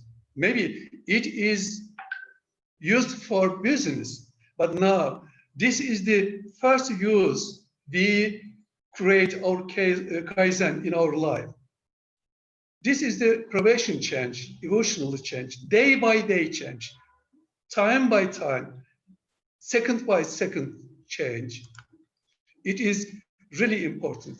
Kaizen sees improvement in productivity as a gradual and methodical process throughout the life. I know many of you know that Everest is the highest mountain in the world. Yes, we have more than one Everest in different heights in our lives. It could be a professional career or passing an important exam, or solving some financial problem, or solving a healthy problem. Our targets, goals, career, and having a higher quality of life, higher happiness, higher life satisfaction, or higher job satisfaction, higher physically, psychologically, mentally, and social well-being are all our Everests. Kaizen is the best way, is the way to reaching the top or Everest. Better is Kaizen. Kaizen is reaching the Everest. Kaizen is recreation at the same time. To do this, we should always be active, always be awake, always want to have a higher level of question, level of quality. As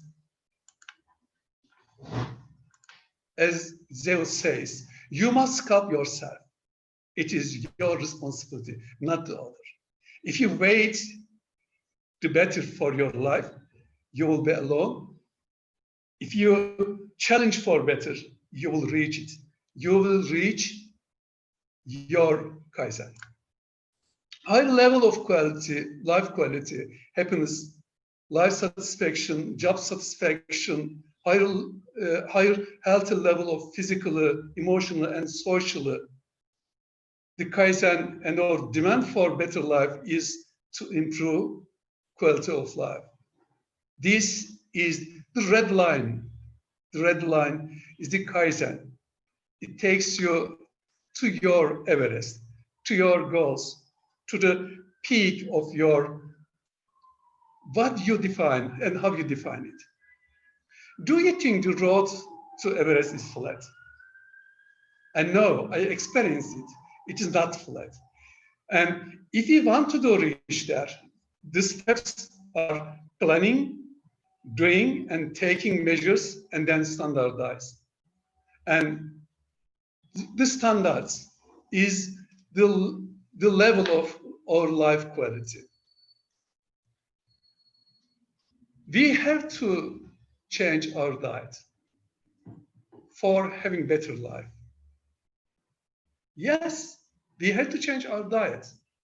While feeding, while eating something, while listening or listening radio or watching television, reading books, talking people, TV channel and programs, we should select the better side of the life. We have to be physically active, emotionally active, socially active, and mentally active than before.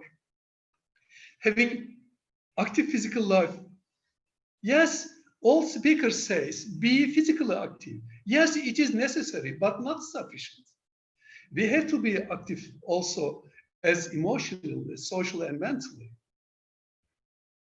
Active physical life, emotional life, social life, and mental life increase happiness and also increase happiness hormone, dopamine, serotonin, exotonin, and endorphin. Being active affect happily and all environment. Active physical life, emotional life, social life, and mental life increase productivity at the same time. Life satisfaction, job satisfaction, and all other satisfaction for individuals. When all individuals are happy and efficient, also all business will be efficient, profitable, and will have advantages on competition, on their sector. This is the result of one scientific research, which I did it. It was compared in this research life satisfaction of active participants and non-participants of some recreational activities. In the table, you can see participating in some outdoor activities like trekking, hiking, recreational motorcycling, mountaineering, rock climbing, hunting, fishing, recreational bicycling, and bicycle festivals. And all these participants, the active participants, have higher life satisfaction than never participate any of these outdoor activities. And also being volunteer in a non-governmental organization and being chorist in a recreational choir have higher life satisfaction than the individual who do not these activities. When compared, these are statistically meaningful difference between life satisfaction level of active participant and non-participant. At the same time, the effect of participating in official recreational activities have positive effect on and increase the level of organizational commitment and professional commitment, organizational citizenship behavior, life satisfaction, achievement perception. You can see the result of this scientific research, which was compared here in Antalya before and after official recreational activities program. Official recreational activities program where the activities done in working time and or supported by the workplace and done after working hour, in the evening, in the weekend. Recreational activities were trekking, Pilates, Turkish folk dance, choir, and the theater.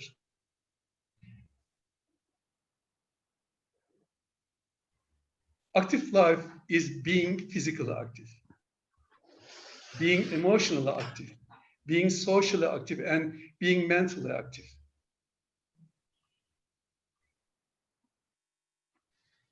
What is being physically active? Working more, walking more, driving less than before, playing indoor and outdoor games more like a child than before, dancing like a child more than before, doing exercise more than before, going to nature for cycling, trekking, forest, camping, running, getting up early for watching sunrise with your children, family, husband, wife, partner, friends. Yes, being emotional active is empathize more than before, be volunteer, rise in love, love everything that you had before. Cry while you are watching a drama on TV. Spend more time with yourself than before. Form a bond of affection with a dog, a tree, a stone, a flower, and all people. Nourish your soul as your physical body. Organize your spiritual life. Being social active is spending more time with children, family, friends than before. Touching a dog, a tree, a stone, a flower, touching others, and going out with others more than before. Volunteering in a non-governmental organization, meet someone new. Being mentally active is solving some crosswords puzzle. Be open for all incoming inputs. Read more, smile, and trust others.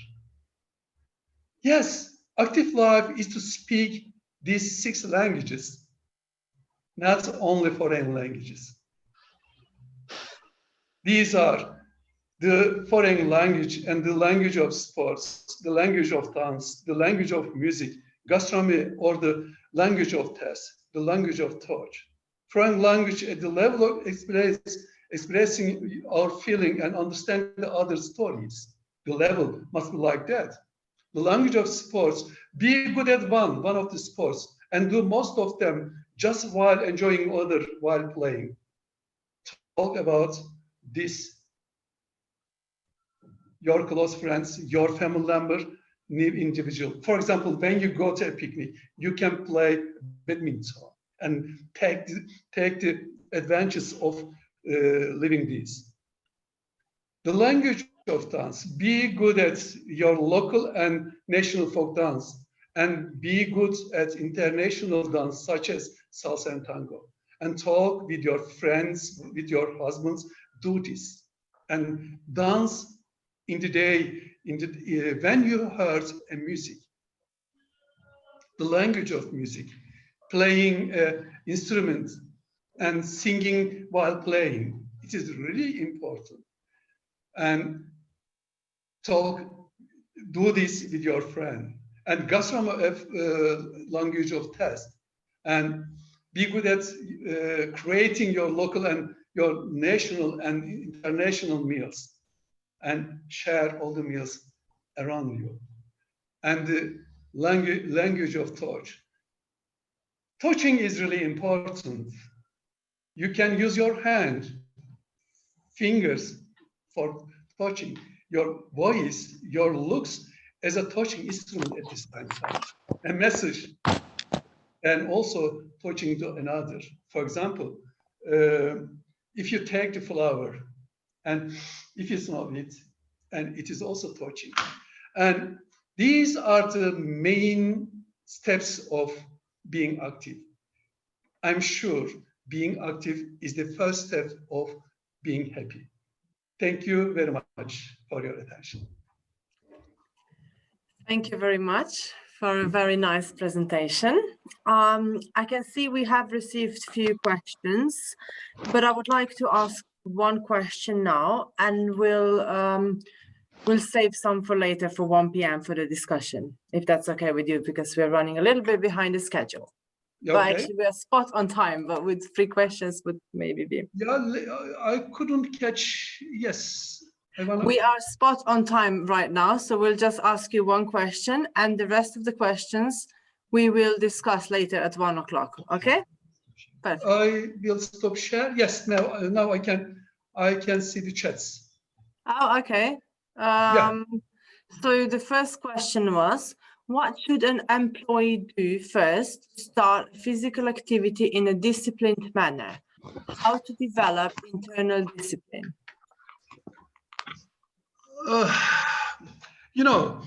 The main problem is always how we are going to make our first step.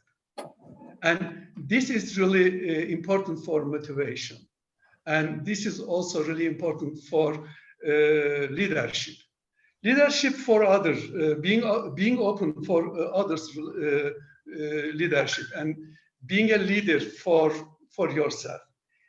If you're a good lead, if you have time to lead yourself, you can take first and the second and the other steps to following your day and following your goals, following your physical and other activities.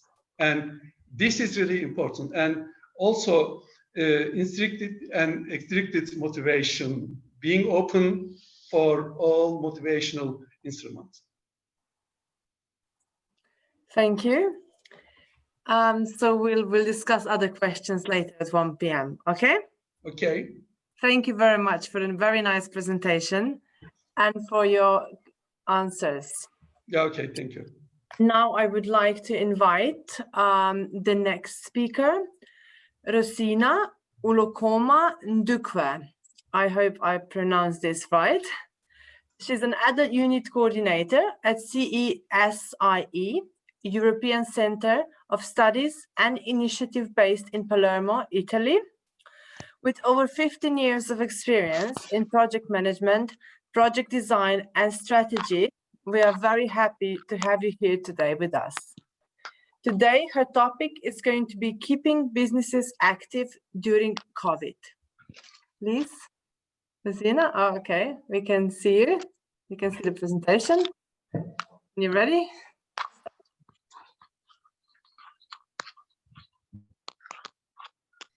Yes, I'm ready. Can you all hear me okay? Yes, please.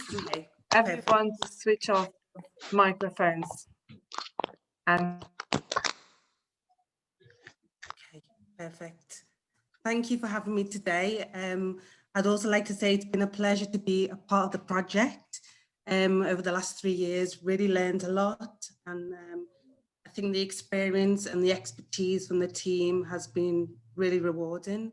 And I'm really happy that at the end we produced some really interesting results and some great resources that I hope we can continue on and develop even further projects and work even more closely with companies, also further afield, not just in the partner countries of this project. My presentation gives a little bit of a different perspective. Of course, we are in the pandemic era. I don't think anybody's not heard the words COVID for the last 6 months. But I'd like to just kind of talk a little bit about how we can engage employees in physical activity during these unprecedented times. Just in terms of an overview of my presentation, I'll be talking a little bit about what we envisage or what we foresee to be the workplace of tomorrow. Also, I'd like to maybe put some focus on some campaigns, some main campaigns that have been launched since the lockdown, the first lockdown or the first wave, as we call it, since April. And then to talk about the impact of COVID on our program, on our actual project, since we launched it very much at the end of 2019. The main kind of bulk of the activities in the companies. However, we were faced with the lockdown and the pandemic from February onwards. And what did we learn from the experience, and how we can move forward in terms of how we can continue to increase awareness about physical activity, especially from the work from home environment in today and also in the future as the workplace is currently changing. Okay, so the workplace of tomorrow, I'm preparing for this workplace. So I think a lot of us today are maybe working from home, or maybe in the office, or maybe, I don't know, in a coffee bar or in a co-working space. But the traditional office space is no longer the kind of the main, I'd say the main image of how we work today. It's quickly changing our workplace. And we're combining different ways of working, whether it be office space or co-working and working from home. And we've used a lot of the words over the last couple of months as being associated with agile working or smart working.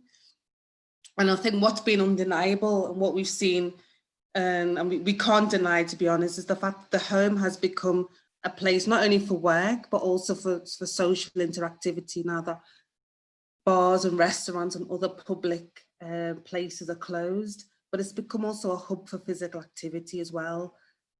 And I think that's been kind of the key change over the last couple of months that we've seen. And how can we, within these changes and adapting to these changes, how can we stay active? How can we stay healthy in the working environment when it is changing and it is becoming more home-based for many, not for all, but for many. The campaigns I wanted just to highlight, because I think it really hones in on the sustainability aspect of our project, and maybe how we can think about new ideas or new proposals in the future, is this, I'd say the campaign or the message about working from home, but still remaining healthy while you're working from home. So the European Commission in April 2020, this year, they launched this Be Active at Home, Stay Active campaign. And it was really to promote people who were confined to their working space within the home to be more physically active. And I think some of the presentations that we've listened to in the morning talk very much about, you know, the sense where we're not used to our bodies aren't designed to be a sedentary lifestyle, to be within a sedentary lifestyle. However, we are sitting more and more for longer periods, particularly when we're working. The office culture has allowed these changes to happen where we are naturally become more sedentary. However, we've heard about the benefits of how we need to be more active. And not only this campaign, but also the campaign from the World Health Organization, which was also launched during the first lockdown, which talked about, you know, use the hashtag of healthy at home, physical activity. So not only this campaign, but the European Commission campaign really focused and honed in on the challenges that we face as employees now that we're working from home, how we need to stand up and stretch, how we need to change our posture. Maybe our working space is not healthy because we're in a different chair, or desk aren't designed, or our home is not designed to be a working environment, and how we need to take active breaks and to incorporate exercise within our working day. And these campaigns call for the need for employees to still remain active and positive under these unprecedented circumstances. And in terms of the Active Business Project, how we responded to these changes, well, we designed a program anyway that incorporated online activities. So we developed a lot of exercises, and we actually developed them and we produced them online on our project website. So we were able to, from March onwards, we were able to shift our activities completely online because of the restrictions and the lockdowns that we face across Europe. So we really utilized and honed in on these YouTube exercises.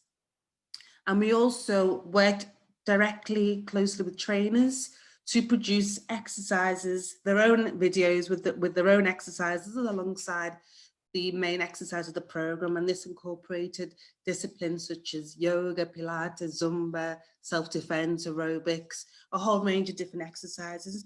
And we posted them online. We stayed in contact with employees and employers, ensuring that, you know, we were still able to provide a service to ensure that there was still going to be the program even during the lockdown. And we posted these videos and these, I'd say, kind of messages and key tips online using Facebook and different social media, using WhatsApp as well, directly to participants, and also by email, targeting the HR or the main responsible person of the program within each partner organization. But it did have an impact on us. I'm not going to deny that it was challenging because we were so used to working face-to-face inside the companies for the first part of the program, and then to suddenly shift to an online format was challenging. But we carried on and we got some great feedback and really interesting feedback as well.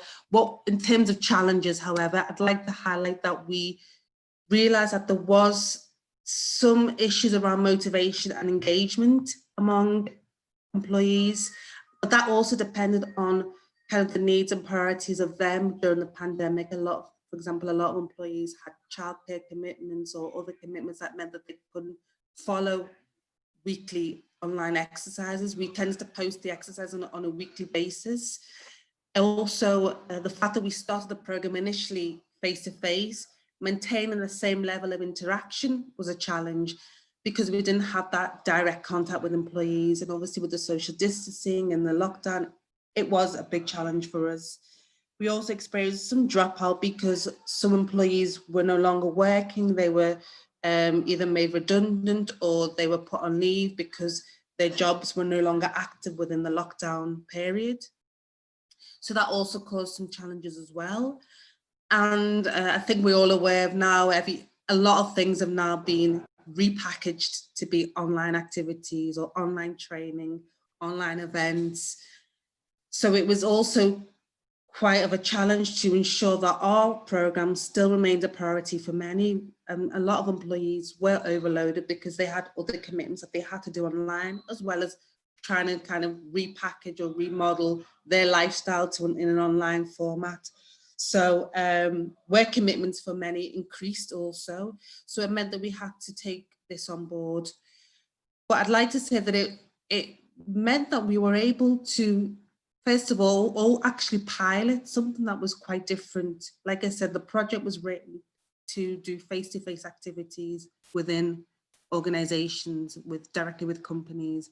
However, the lockdown allowed us to pilot something new and innovative that we never really had taken into account. We had produced videos online, but we hadn't thought about having a totally online program with companies. So I think that was something that we really took into account. I think that's something that for the sustainability aspect of the project is something that we can actually be quite grateful for, that we kind of tested this out firsthand when there was no option. But I think in terms of our approach and what we've learned from how we were able to still continue the program during these circumstances is particularly flexibility is a main key point. And I think that's something that employees and employers will demand in the future. So we were able to provide people with more flexibility by moving the program online, and it meant that people could follow the exercises without the trainers present. Even obviously the videos were directed by the trainers and led by the trainers themselves. However, they could do it within a time period or a time slot in the working day that was more suitable to them. And I think that's a really important thing in terms of sustainability of the project on this kind of activity. And again, it was low cost and we provided further value for money because we were able to straight away adapt and move everything online. And I think we also responded to the need for online activities. Now we have the increase in YouTube and smartphone apps and other activities that are online promoting home workouts. But we were able to do it as well for every ability level. And I think in terms of smart working, now that a lot of gyms and swimming pools and other sport restrictions we're facing, there is now a big demand for work from home exercises for employees. And I think the positive feedback that we got from employers means that we can now think about doing something quite similar, rolling out a similar program in the future, adapting to the new workplace changes. And also, in terms of kind of ideas and proposals, we can propose things like, virtual workout groups with work colleagues, also combating important things such as isolation. Now we're working from home. A lot of people are facing isolation. Mental health is a big issue now during the lockdown and the restrictions that we're facing. So this could also be something that we can respond to and try and build a program around these aspects. And hopefully employers can get on board with this as well. So moving on, I'd just like to say that, because the project was developed anyway with this idea, with this objective, employers and employees being able to provide work from home or work environment, physical activity has always been an objective. And I think now it's going to be an even bigger top consideration, particularly for employees when choosing where they work. I think also now that the workforce has shifted to smart working, I think now when we look at research, we see that, you know, more than 70% of employees, one research from the BBC, for example, that did a research around agile working with 4,700 workers. They mentioned how 12%, only 12% of employees would like to return back to work full time. However, more than 72% wanted to still remain within a hybrid working situation. So, you know, being able to work in the office, but also working from home as well. And I think employers now need to think about these options. They need to think about how they can offer smart, agile working options, and also how they can improve and ensure the health and the physical conditions of workers, which again now is a massive priority. I think we're thinking about our own health in a much different way. We're thinking about health and wellness and standards and health systems and how we look at health overall now in a completely different way than we have done it in the past. And I think it's really important that we can combine these two issues together. Just a quote that I took from our recommendations and practical guidance guide that was presented before. The amount of evidence regarding the environment sorry, I'll start again. The amount of evidence regarding the environmental conditions and the effectiveness of such interventions in the internal environment of employees is increasing. So we know that we have to now take notice. We know that, you know, before or in the future or in the past, design elements focus on employee well-being. Initiatives now and facilities now need to support employees to adopt a healthy and active lifestyle, but that also needs to be combined with smart and agile working. And I think it's now more important than ever for the future working environment that we continue on and support this movement. I think we not only have to encourage the benefits that we've seen from the health and physical activity promotion within the workplace, which focuses on, you know, increased productivity, motivation, a positive workforce culture. I think we now need to also look at work-life balance, but also think about how we can maintain the health and the physical activity of employees now that a lot of people are working from home, and how can employers support that. Okay, so I'll leave on a lasting note. So this year and beyond, so this year we know has been a difficult one, but I think in terms of the future, we now know that the world of work may change forever. It's not going to be the same as it was before. So I think my last point is that employers must take notice and adapt. And I think taking into all the presentations and the comments that's been mentioned before, I think employers must take notice and adapt in order to ensure that we still improve and we still continue to improve the health and the physical activity levels of our employees. So I'll end there and thank you very much. And if any questions, obviously I can answer now or at the end when we have the conclusions. Thank you very much for a very interesting presentation. I think the current situation is forcing us all to change the way we have been dealing with some of the things so far and up until now.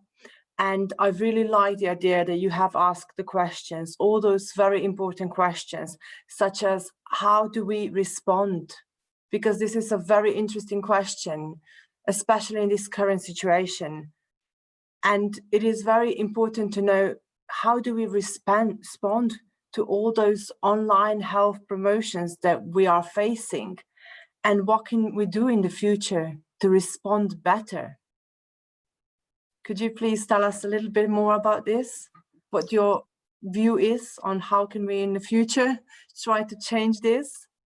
I think we have to, I think what the comments before as well mentioned, we need to still have that communication with employees and employers, particularly employers, because obviously it's them that design and that have the decision-making processes to change the workplace, to include or to promote new interventions and initiatives. So I think we need to really maintain that conversation with employees and employers. And I think we need to, the future, we don't know the future. It's hard to predict, but I do know that the workplace has changed and it will continue to change and adapt.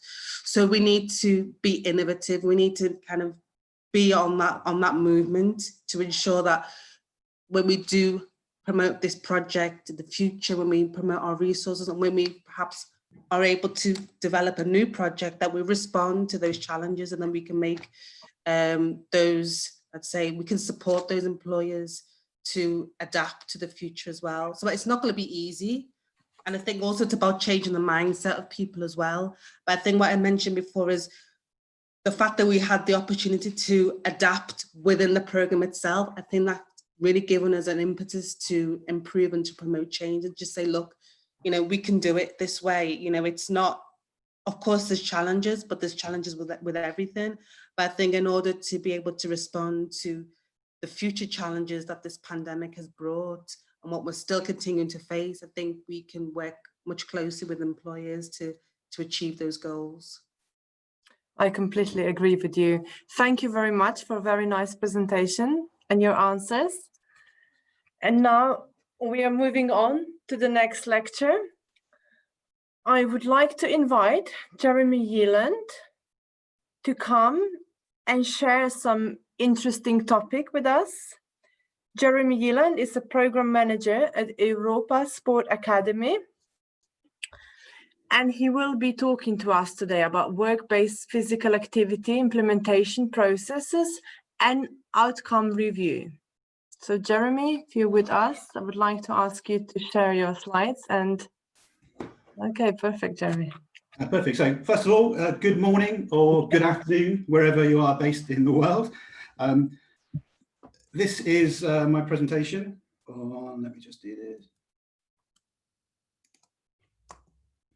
The presentation on the work-based physical activity implementation process and outcome review.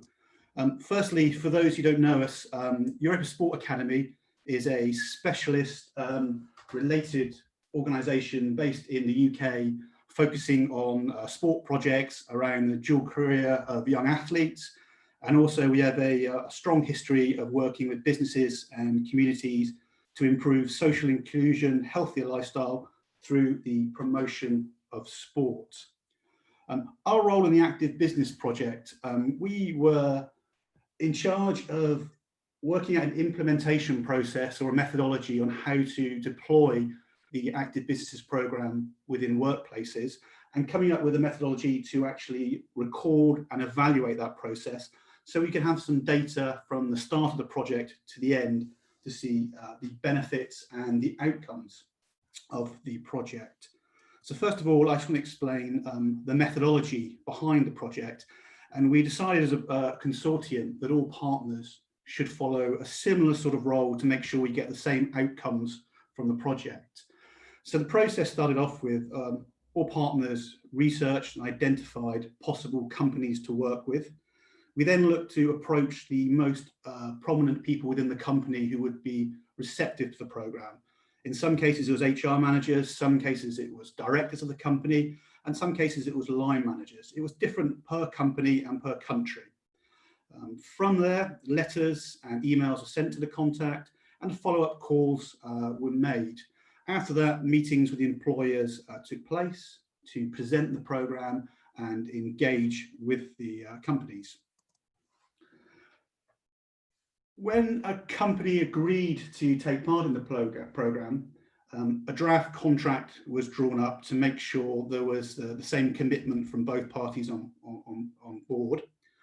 And then the trainers from each organisation undertook a workplace audit to assess the requirements and needs of the workplace.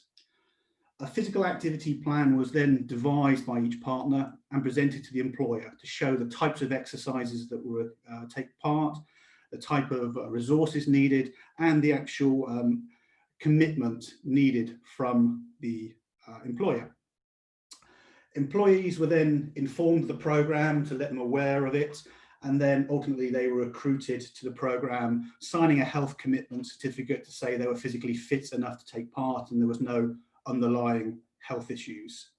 The employer then undertook another questionnaire, which was uniformed per country, to gather information on whether they believed the program could be a success, whether they thought it had any financial impact, or whether there would be disruption to the company during the process. And then employees were asked to complete a physical activity questionnaire just to see what their believed base level of fitness or health was prior to starting the program. So just some data about the program. Overall, during the 18 months and the 5 countries, we reached over 1,200 participants on a fixed basis. There were a lot more people involved in the project on an ad hoc basis, just experimenting and trying it. But again, consistently, it's very similar throughout the countries. We had a few more in the UK, because I think, as Victor has already mentioned, we have programs like this in place and are a bit more receptive to it. But on the whole, most countries had a similar level of commitment to the program. Some initial challenges encountered the program, which I know has been touched on by some other partners. Employers had a reservation that this could take up a lot of time in the workplace. It could cause a high level of disruption, and it could cause a high level, potentially, of cost to them. They were convinced to take part in the program due to actually the background research that had taken places on active business, the original surveys and questionnaires, and of course the supporting documentation that has been provided. And the main thing was they liked the fact that professional trainers would actually take place in the workplace, the physical activities with the employees. Some other challenges included, from an employee's perspective, a lot of them were concerned at the beginning of the program that the exercises would be of a high intensity, and were not necessarily willing to commit when they believed their level of fitness would not help them, or the level of embarrassment regarding that. But again, once they were explained the level of engagement needed, and most of the exercises during the day were at the workstation or the workplace, they were happy to try the program, and there's a real level of team spirit. A thing the trainers mentioned to us was that trying to keep people engaged in the program was challenging at times. Initially, we were concerned there would be a high level of dropout from companies and from employees. But again, across all countries, that didn't seem to happen until the pandemic was brought in. But we worked out that by changing the trainers going to workplaces, changing the exercises, and not having it as the same routine, kept people actually engaged. One thing we did find in some countries, that due to the ever-changing work nature, having a fixed session each week at a certain time was almost impossible, and the trainers had to liaise with the employers and the employees to actually work out the best time. But it was this level of communication that actually helped make the whole program a success. So now I'm going to go into some data charts and some graphs just to show you some results and some stats from the actual program. Now, throughout the active business program, like I said, it was 18 months in almost all countries. The age ranges pretty much stayed the same or similar from the start to the end of the program. There was a slight increase in the 31 to 40 age, but again, that accounts for the dropouts, people coming in. So the only conclusion I can draw from this is that actually it was consistent throughout the program, and there was no significant changes in age groups. And again, this was actually affected in the gender inclusion of the project. Again, there was very little change throughout the program. The number of males and females starting was almost the same as the ending of the project. So again, that was very positive to show that one gender didn't necessarily drop out early or remove themselves from the program. Now, this is a question that was asked at the beginning of the program. In a typical week, on how many days do you take part in any sport or physical activity? The stats results from this is actually very positive. You know, at the start of the program, the majority of the employees said they had either no days, 1 or 2 days of physical activity a week. By the end of the program, we had the majority saying 3, 4, or 5 days plus. So again, the attitudes of people towards physical activity during the activity program has dramatically changed at the end of it. Moving on to the next slide, about how people travel to work. Again, one of the aims of the Active Businesses program was not just to get people active in the working environment, was to actually think about their whole lifestyle and how they get more active to focus on their physical and mental well-being. At the beginning of the program, the majority of people traveled to work by car. At the end of the program, the amount of the use of car had dropped, more people using public transport, and the special change was cycling. One of the stats at the beginning of the program said if employers offered cycle docking station or showers, they'd be more inclined to cycle to work. A lot of the employers responded to this and offered it. And countries like Poland, Italy, and the UK especially had big differences in the amount of people that were cycling to work. So again, that's a positive outcome for the program. Now it becomes, I've got two interesting questions, so stats, results. In the last 12 months, roughly how many days have you been absent from work due to personal injury or illness? And there's two ways of interpreting this data. A lot of people tend to go to work when they're ill or physically not well enough to go to work. And this has an impact on themselves, their health, and has an impact on their fellow colleagues, and has an impact on their productivity in the office. So by looking at this stats, you may see that the number of days off sick is low to start with, and after project program is higher. Some may see this as negative, that people are taking more time off sick, but actually we see it as a positive that people are actually recognizing they should not be in work if they are not physically well enough to be doing their job and engaging with their colleagues and employer. And the next stat is actually a reflection of this, is how many days roughly have you been present at work being ill? And you can see the big increase of actually no days. So people will actually recognize they're sick or not well enough to be in work and take time off to recover accordingly before returning to work. So those two stats actually tie into each other and show that people are actually looking at their own personal well-being and their health and seeing how that reflects in their working environment. I'm now going to move on to some statistics of actually the employees' summary after the program had been completed and their thoughts on how the Active Businesses physical activity program has impacted on their lives. So the first one is, since participating in the Active Businesses physical activity program, have you changed your habits or routines in any areas? Now, the results for this are actually very positive.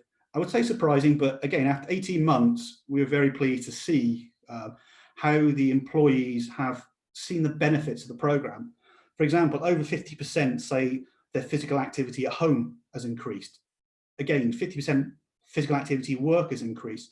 And the stat we like the most is people's attitude to physical activity in their leisure time has increased by over 60%, which is actually a really high stat when this project was mainly focused on the working environment, but again, people's overall health and well-being. Moving on to the next slide. It's asking the employees whether they've noticed any change in themselves or so on. Again, it's an 18-month program, so some of these results may not be tied into it, but we'd like to think they are. The weight one is a very hard one to actually quantify due to the fact that some people say their weight has decreased. This could be their attitude to sport has changed and they're doing a lot more activity, or just the way their general thought on what they eat. Their general health has improved. A lovely stat is 60% say their well-being has improved since being involved in this program.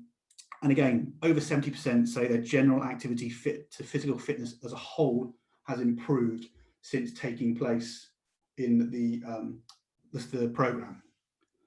Moving on now to their overall opinion of the program. Nearly 95% said they would like to actually carry on with the program if they offered it. Similar sort of stat was saying that they would like to continue the program if the employer offered it. And thinking about the food they eat, yes and no. This is a very interesting stat because almost all countries said they would change their thinking about how the food they eat. apart from Slovenia, that had very little change. So the only conclusion for that, maybe Slovenia has a far more healthier eating lifestyle than the other countries involved in the project. A lot of people say they become more active, and the real good stat is it actually made them think more about their physical health.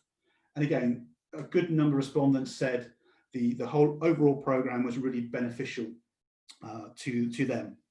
Some general conclusions from employees. There were some real clear effects of the program. For example, the program had significant increases on the employees' physical activity at home and at work, and a large change in their attitudes towards physical activity as a whole. The majority of employees had extremely positive opinion of the program. Over 75% wanted to continue and carry on with the program, which is a really good statistic for us. Then I'd like to actually just conclude with some stats from the employers, and bearing in mind at the beginning of this program, some of them were skeptical or nervous about the disruption involved and whether there actually would be any real benefits that could be reviewed within 18 months. So just moving in, these stats are quite interesting. The first one is disruption to the working place, and only around about 6% said there was an increased disruption to the working place, and a lot of disruption had decreased by around 20%. When talking to employers, they were surprised that actually being involved in a physical activity program and having some routine actually decreased the disruption to the workplace, because they were actually focused on getting involved in the program, working as a community, and actually pulled together more as actually a team. So that was a very good result to have when initially people were concerned there would be a disruption to the workplace. The motivation employees, like I say, nearly 80% increased their motivation, and that tied into actually being involved in the community, getting involved in outside leisure activities, and generally believing the employers were actually investing in them and focusing on their health and well-being.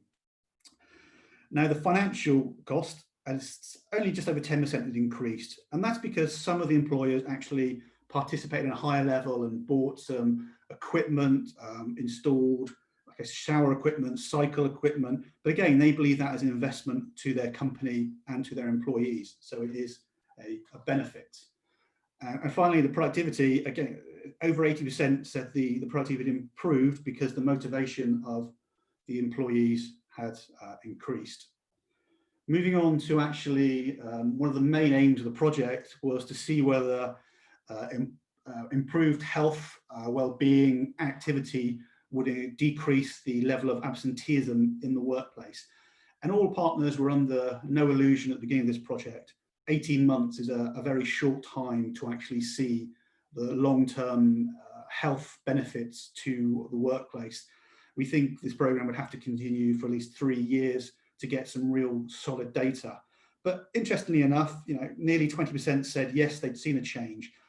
Interestingly, the main country that's seen a change was Turkey, and Poland and Italy had significant changes, but mainly Turkey had the big change needed for this.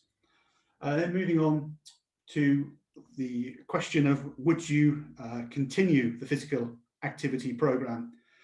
And 75% said they would, and then just over 20 said they wouldn't. Mainly everyone in Turkey and Slovenia said they would continue. Other countries had some concerns, which I will just quickly cover now. The main reasons why they possibly wouldn't continue: the potential level of funding could be too much. Remember that properly trained sports instructors carried out these activities. Some ran it as experiment just to see if it boosted motivation. As Rosina touched on, the COVID-19 has completely changed the working environment. So I think Poland and Italy stated that they would love to continue with it, but depending on how the workplace changes going forward. Some countries mentioned health and safety insurance, but again, we believe this is covered under most normal level insurance. And then finally, these are two conclusions. Almost all employers saw it as a benefit. They'd like to carry on. The UK had big concerns over funding. And the nice positive part of it, like I said, Turkey and Slovenia will continue with this program completely with all their companies' employees. Italy and Poland would like to, depending on COVID-19. And the UK sees how things go regarding funding. So overall, the statistics show that Active Business Programme has been a big success and has a and impact on businesses and employees. I encourage you to visit the Active Businesses website, where you can find full comparative report from all the countries and individual country reports, which are actually very interesting because it shows how the different cultures and countries had troubles implementing, but also the results generated from the program. So thank you. Thank you very much, Jeremy. That was a very nice presentation. We have received a few questions, but I would like to ask one of them now. One of the questions was how to involve employees with disabilities in the physical activity in a workplace, how to convince them to exercise with other people. Okay, that's a good question. If you look at the videos on the Active Businesses YouTube page, you'll see quite a lot of them are desk-based. So, upper body or lower body, depending on the disability, there are lots of hand movements, exercises that can be used by anyone with any form of disability. And I think actually it will be very good for companies to involve people with disabilities, because it's shown that the exercises that have taken place have actually brought teams together and have encouraged them to work together. So it could have a bigger impact on the companies. It could be a question for the future that we actually develop more exercises for people with physical disabilities. But I think a lot of the exercises we have could actually be adapted to people with a certain level of physical disabilities. Thank you very much. And now I would like to propose something. We have been listening all morning about how important it is to enroll in physical activities and exercises in our daily routine, especially in the worksite. And yet some of us have been sitting all morning, not being able to stretch or to do some quick exercises. So what I would like to do is to ask Maya to upload a video of exercises so we can quickly do something for ourselves today. Maya, are you there? Could you please help us with? Yes, I'm here. Perfect. I will put video on. Okay, perfect. Okay. So I suggest you all stretch and do some exercises, and after that we will continue with an open discussion. Okay. I just need to share a screen. Okay.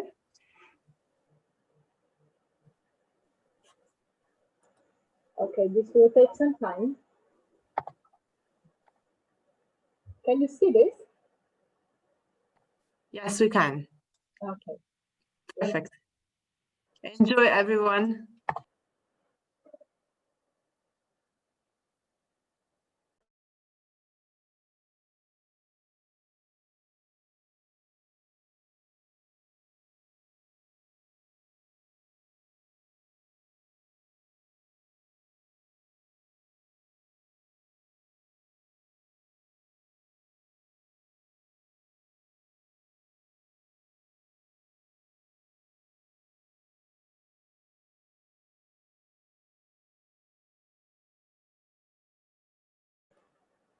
I'm sorry, Victor reminded me that there is no sound. I will try again.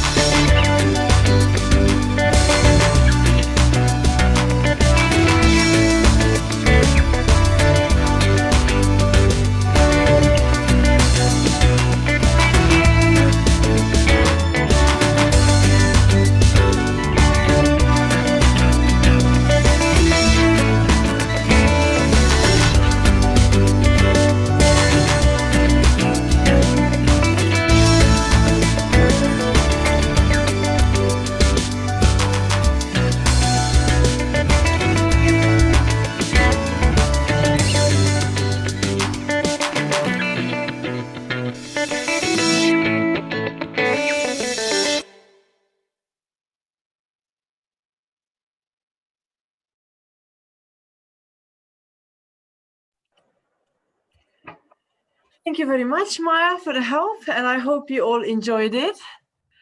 I would like to propose and ask all the today's speakers to put the cameras on and to put the recordings on, oh yeah, Victor, I can see you.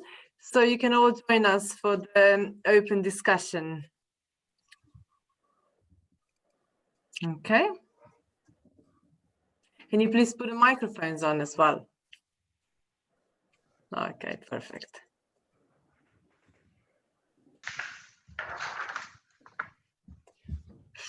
So we still have some few questions to answer, and I would like you all to participate in answering these questions. But I found this especially interesting, the last one. What I think is very important to address these ones fully as well. What happens if somebody is hurt during the physical activity in the company, and who's responsible? It is an important issue for employers, and I absolutely agree with this. What I would like to suggest maybe, what I think it's very important, Aurelia, if you're there, I think it is very important that all the employees are pre-screened before for the medical conditions, for some underlying medical conditions that they might have, because this is very important. If someone already has an existing medical condition, then some basic exercises may not be appropriate for them. And also, I think we all have to make sure that the exercises are performed correctly by using only the qualified professionals, exercise professionals, that actually know how to perform exercises and how to correct someone if the exercises are not performed correctly. But if anyone else would like to maybe put some legal issues that I don't know about, then I'll be happy to. I think I'll say something here, if that's okay. At the beginning of the program, like I said, there was a questionnaire that went to all employees that covered their level of physical health and physical fitness, that was assessed by the trainers to make sure they were of a fit health and safety to take part in the program. So that was a level of qualification. Also, all the trainers were professionally trained to make sure they could identify any problems with health. In terms of legal insurance, the work desktop-based activities were not so high intensity to actually necessarily cause any injury, but we believe in the UK, under the employer's liability insurance, that everyone should be covered based on that. But that's for the UK. I think other countries checked as well their level of insurance.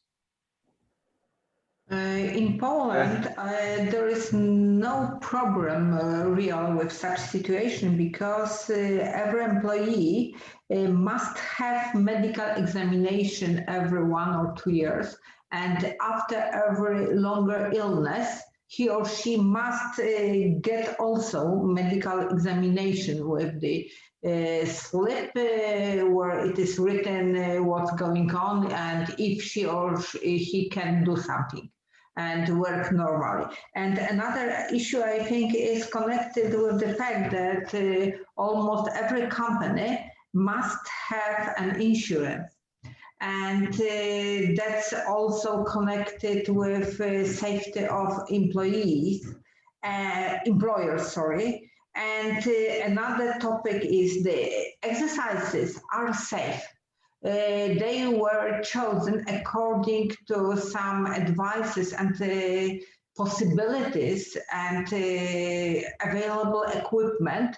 Of course, we can't predict that our employee can do strange exercise and have an accident during that. But then this is quite different case. Our exercises are very safe, and everyone when does it according to the rules, and therefore we suggest having these boards or just instructions in the companies.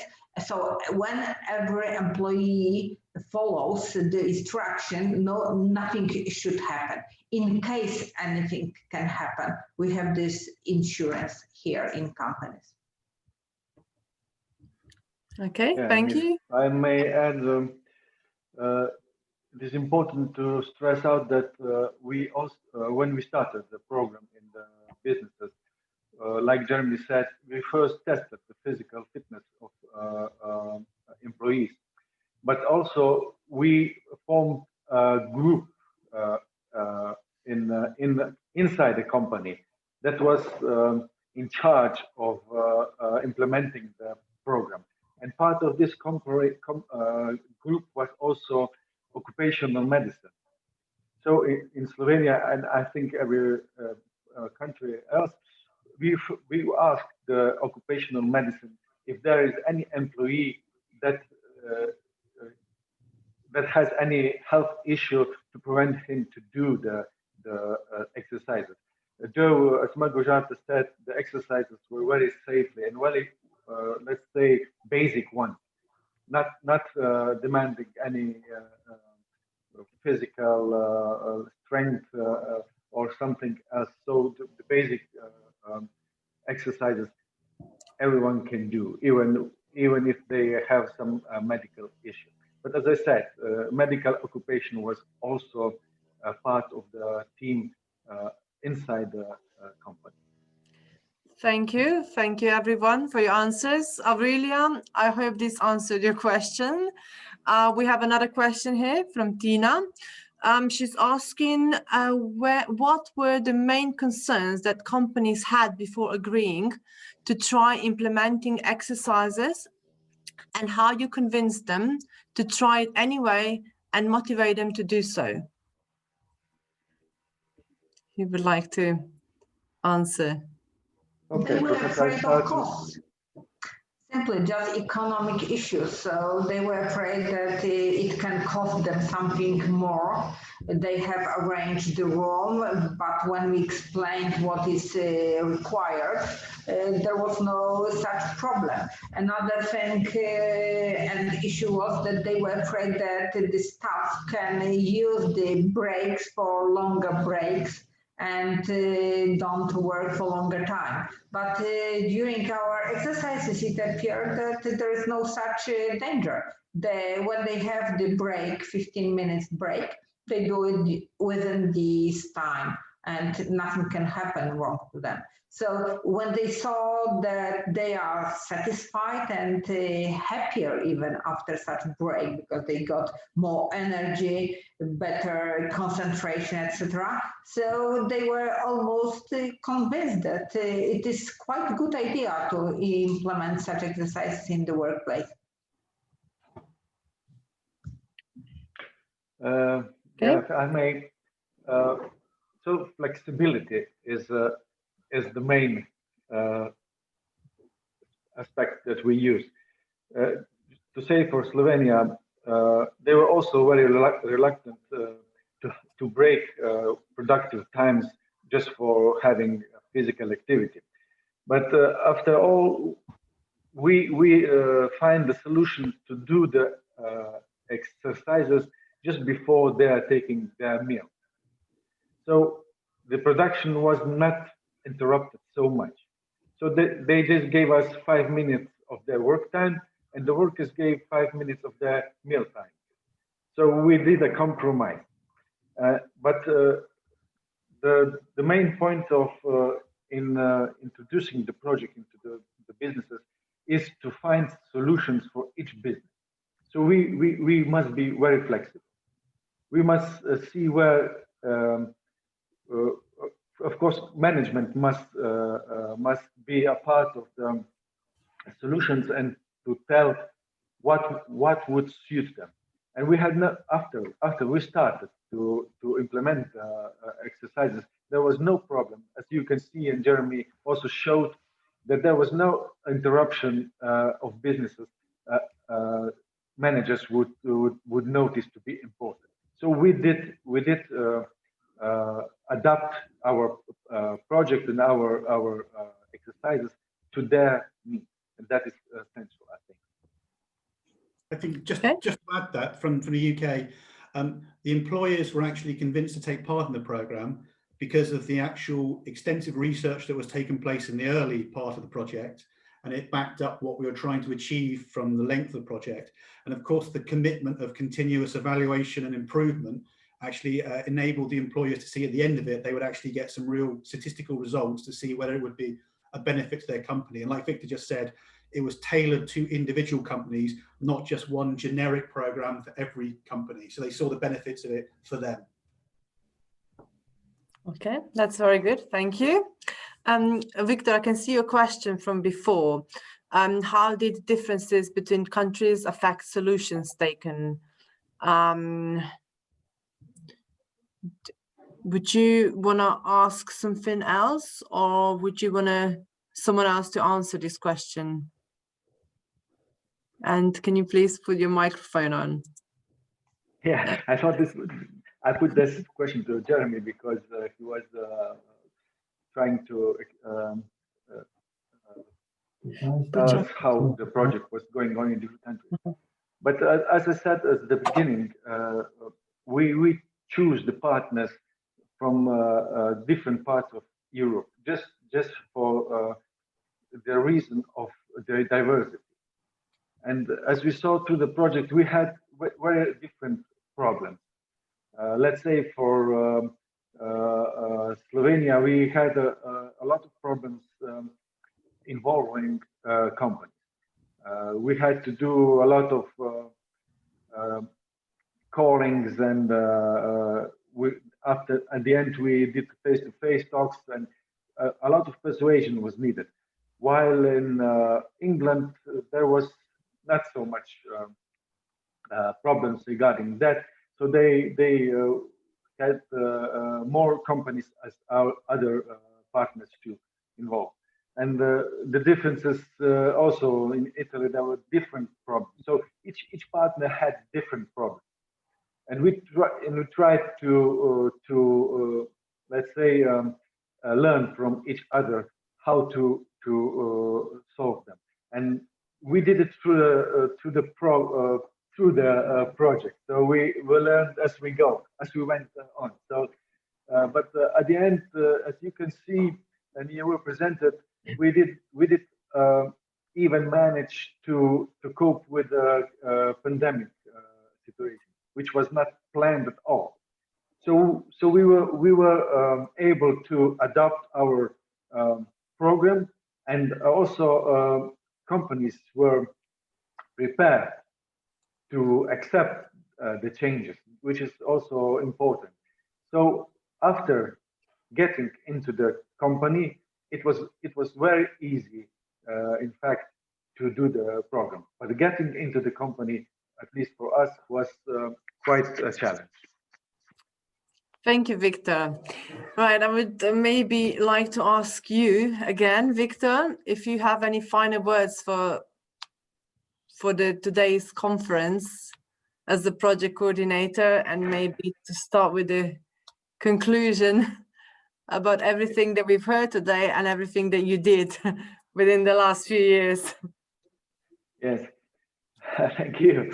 Now, even for me now, taking a look back and through the presentations partners presented, I must say I didn't know what they will present in text or anything. Now made me thinking about what we did, and it was a really, I can see that it was a really comprehensive project. So a lot of issues was let's say faced, and we tried to overcome them. As you see, the project was on two levels. First was some research, and the second, which I find more important, was a practical part. So the problem of health promotion is, in my point of view, that too much projects are just awareness raising projects. So these projects are just, let's say, a short time, lasting short time. So they just come for a few days, say some encouraging instructions to workers or employers, and then they leave. In fact, by ending this project, we would say hopefully some companies will prolong working with us, but mostly I'm afraid it might stop. So it will be our next step to try to do a new project, and perhaps, as Rosina said, maybe perhaps more implementing difficulties of the health issues that have arisen now, and we may expect in the future to rise again. Who knows when? So it would be smart to get ready for those times. Thank you. Okay. Thank you, Victor.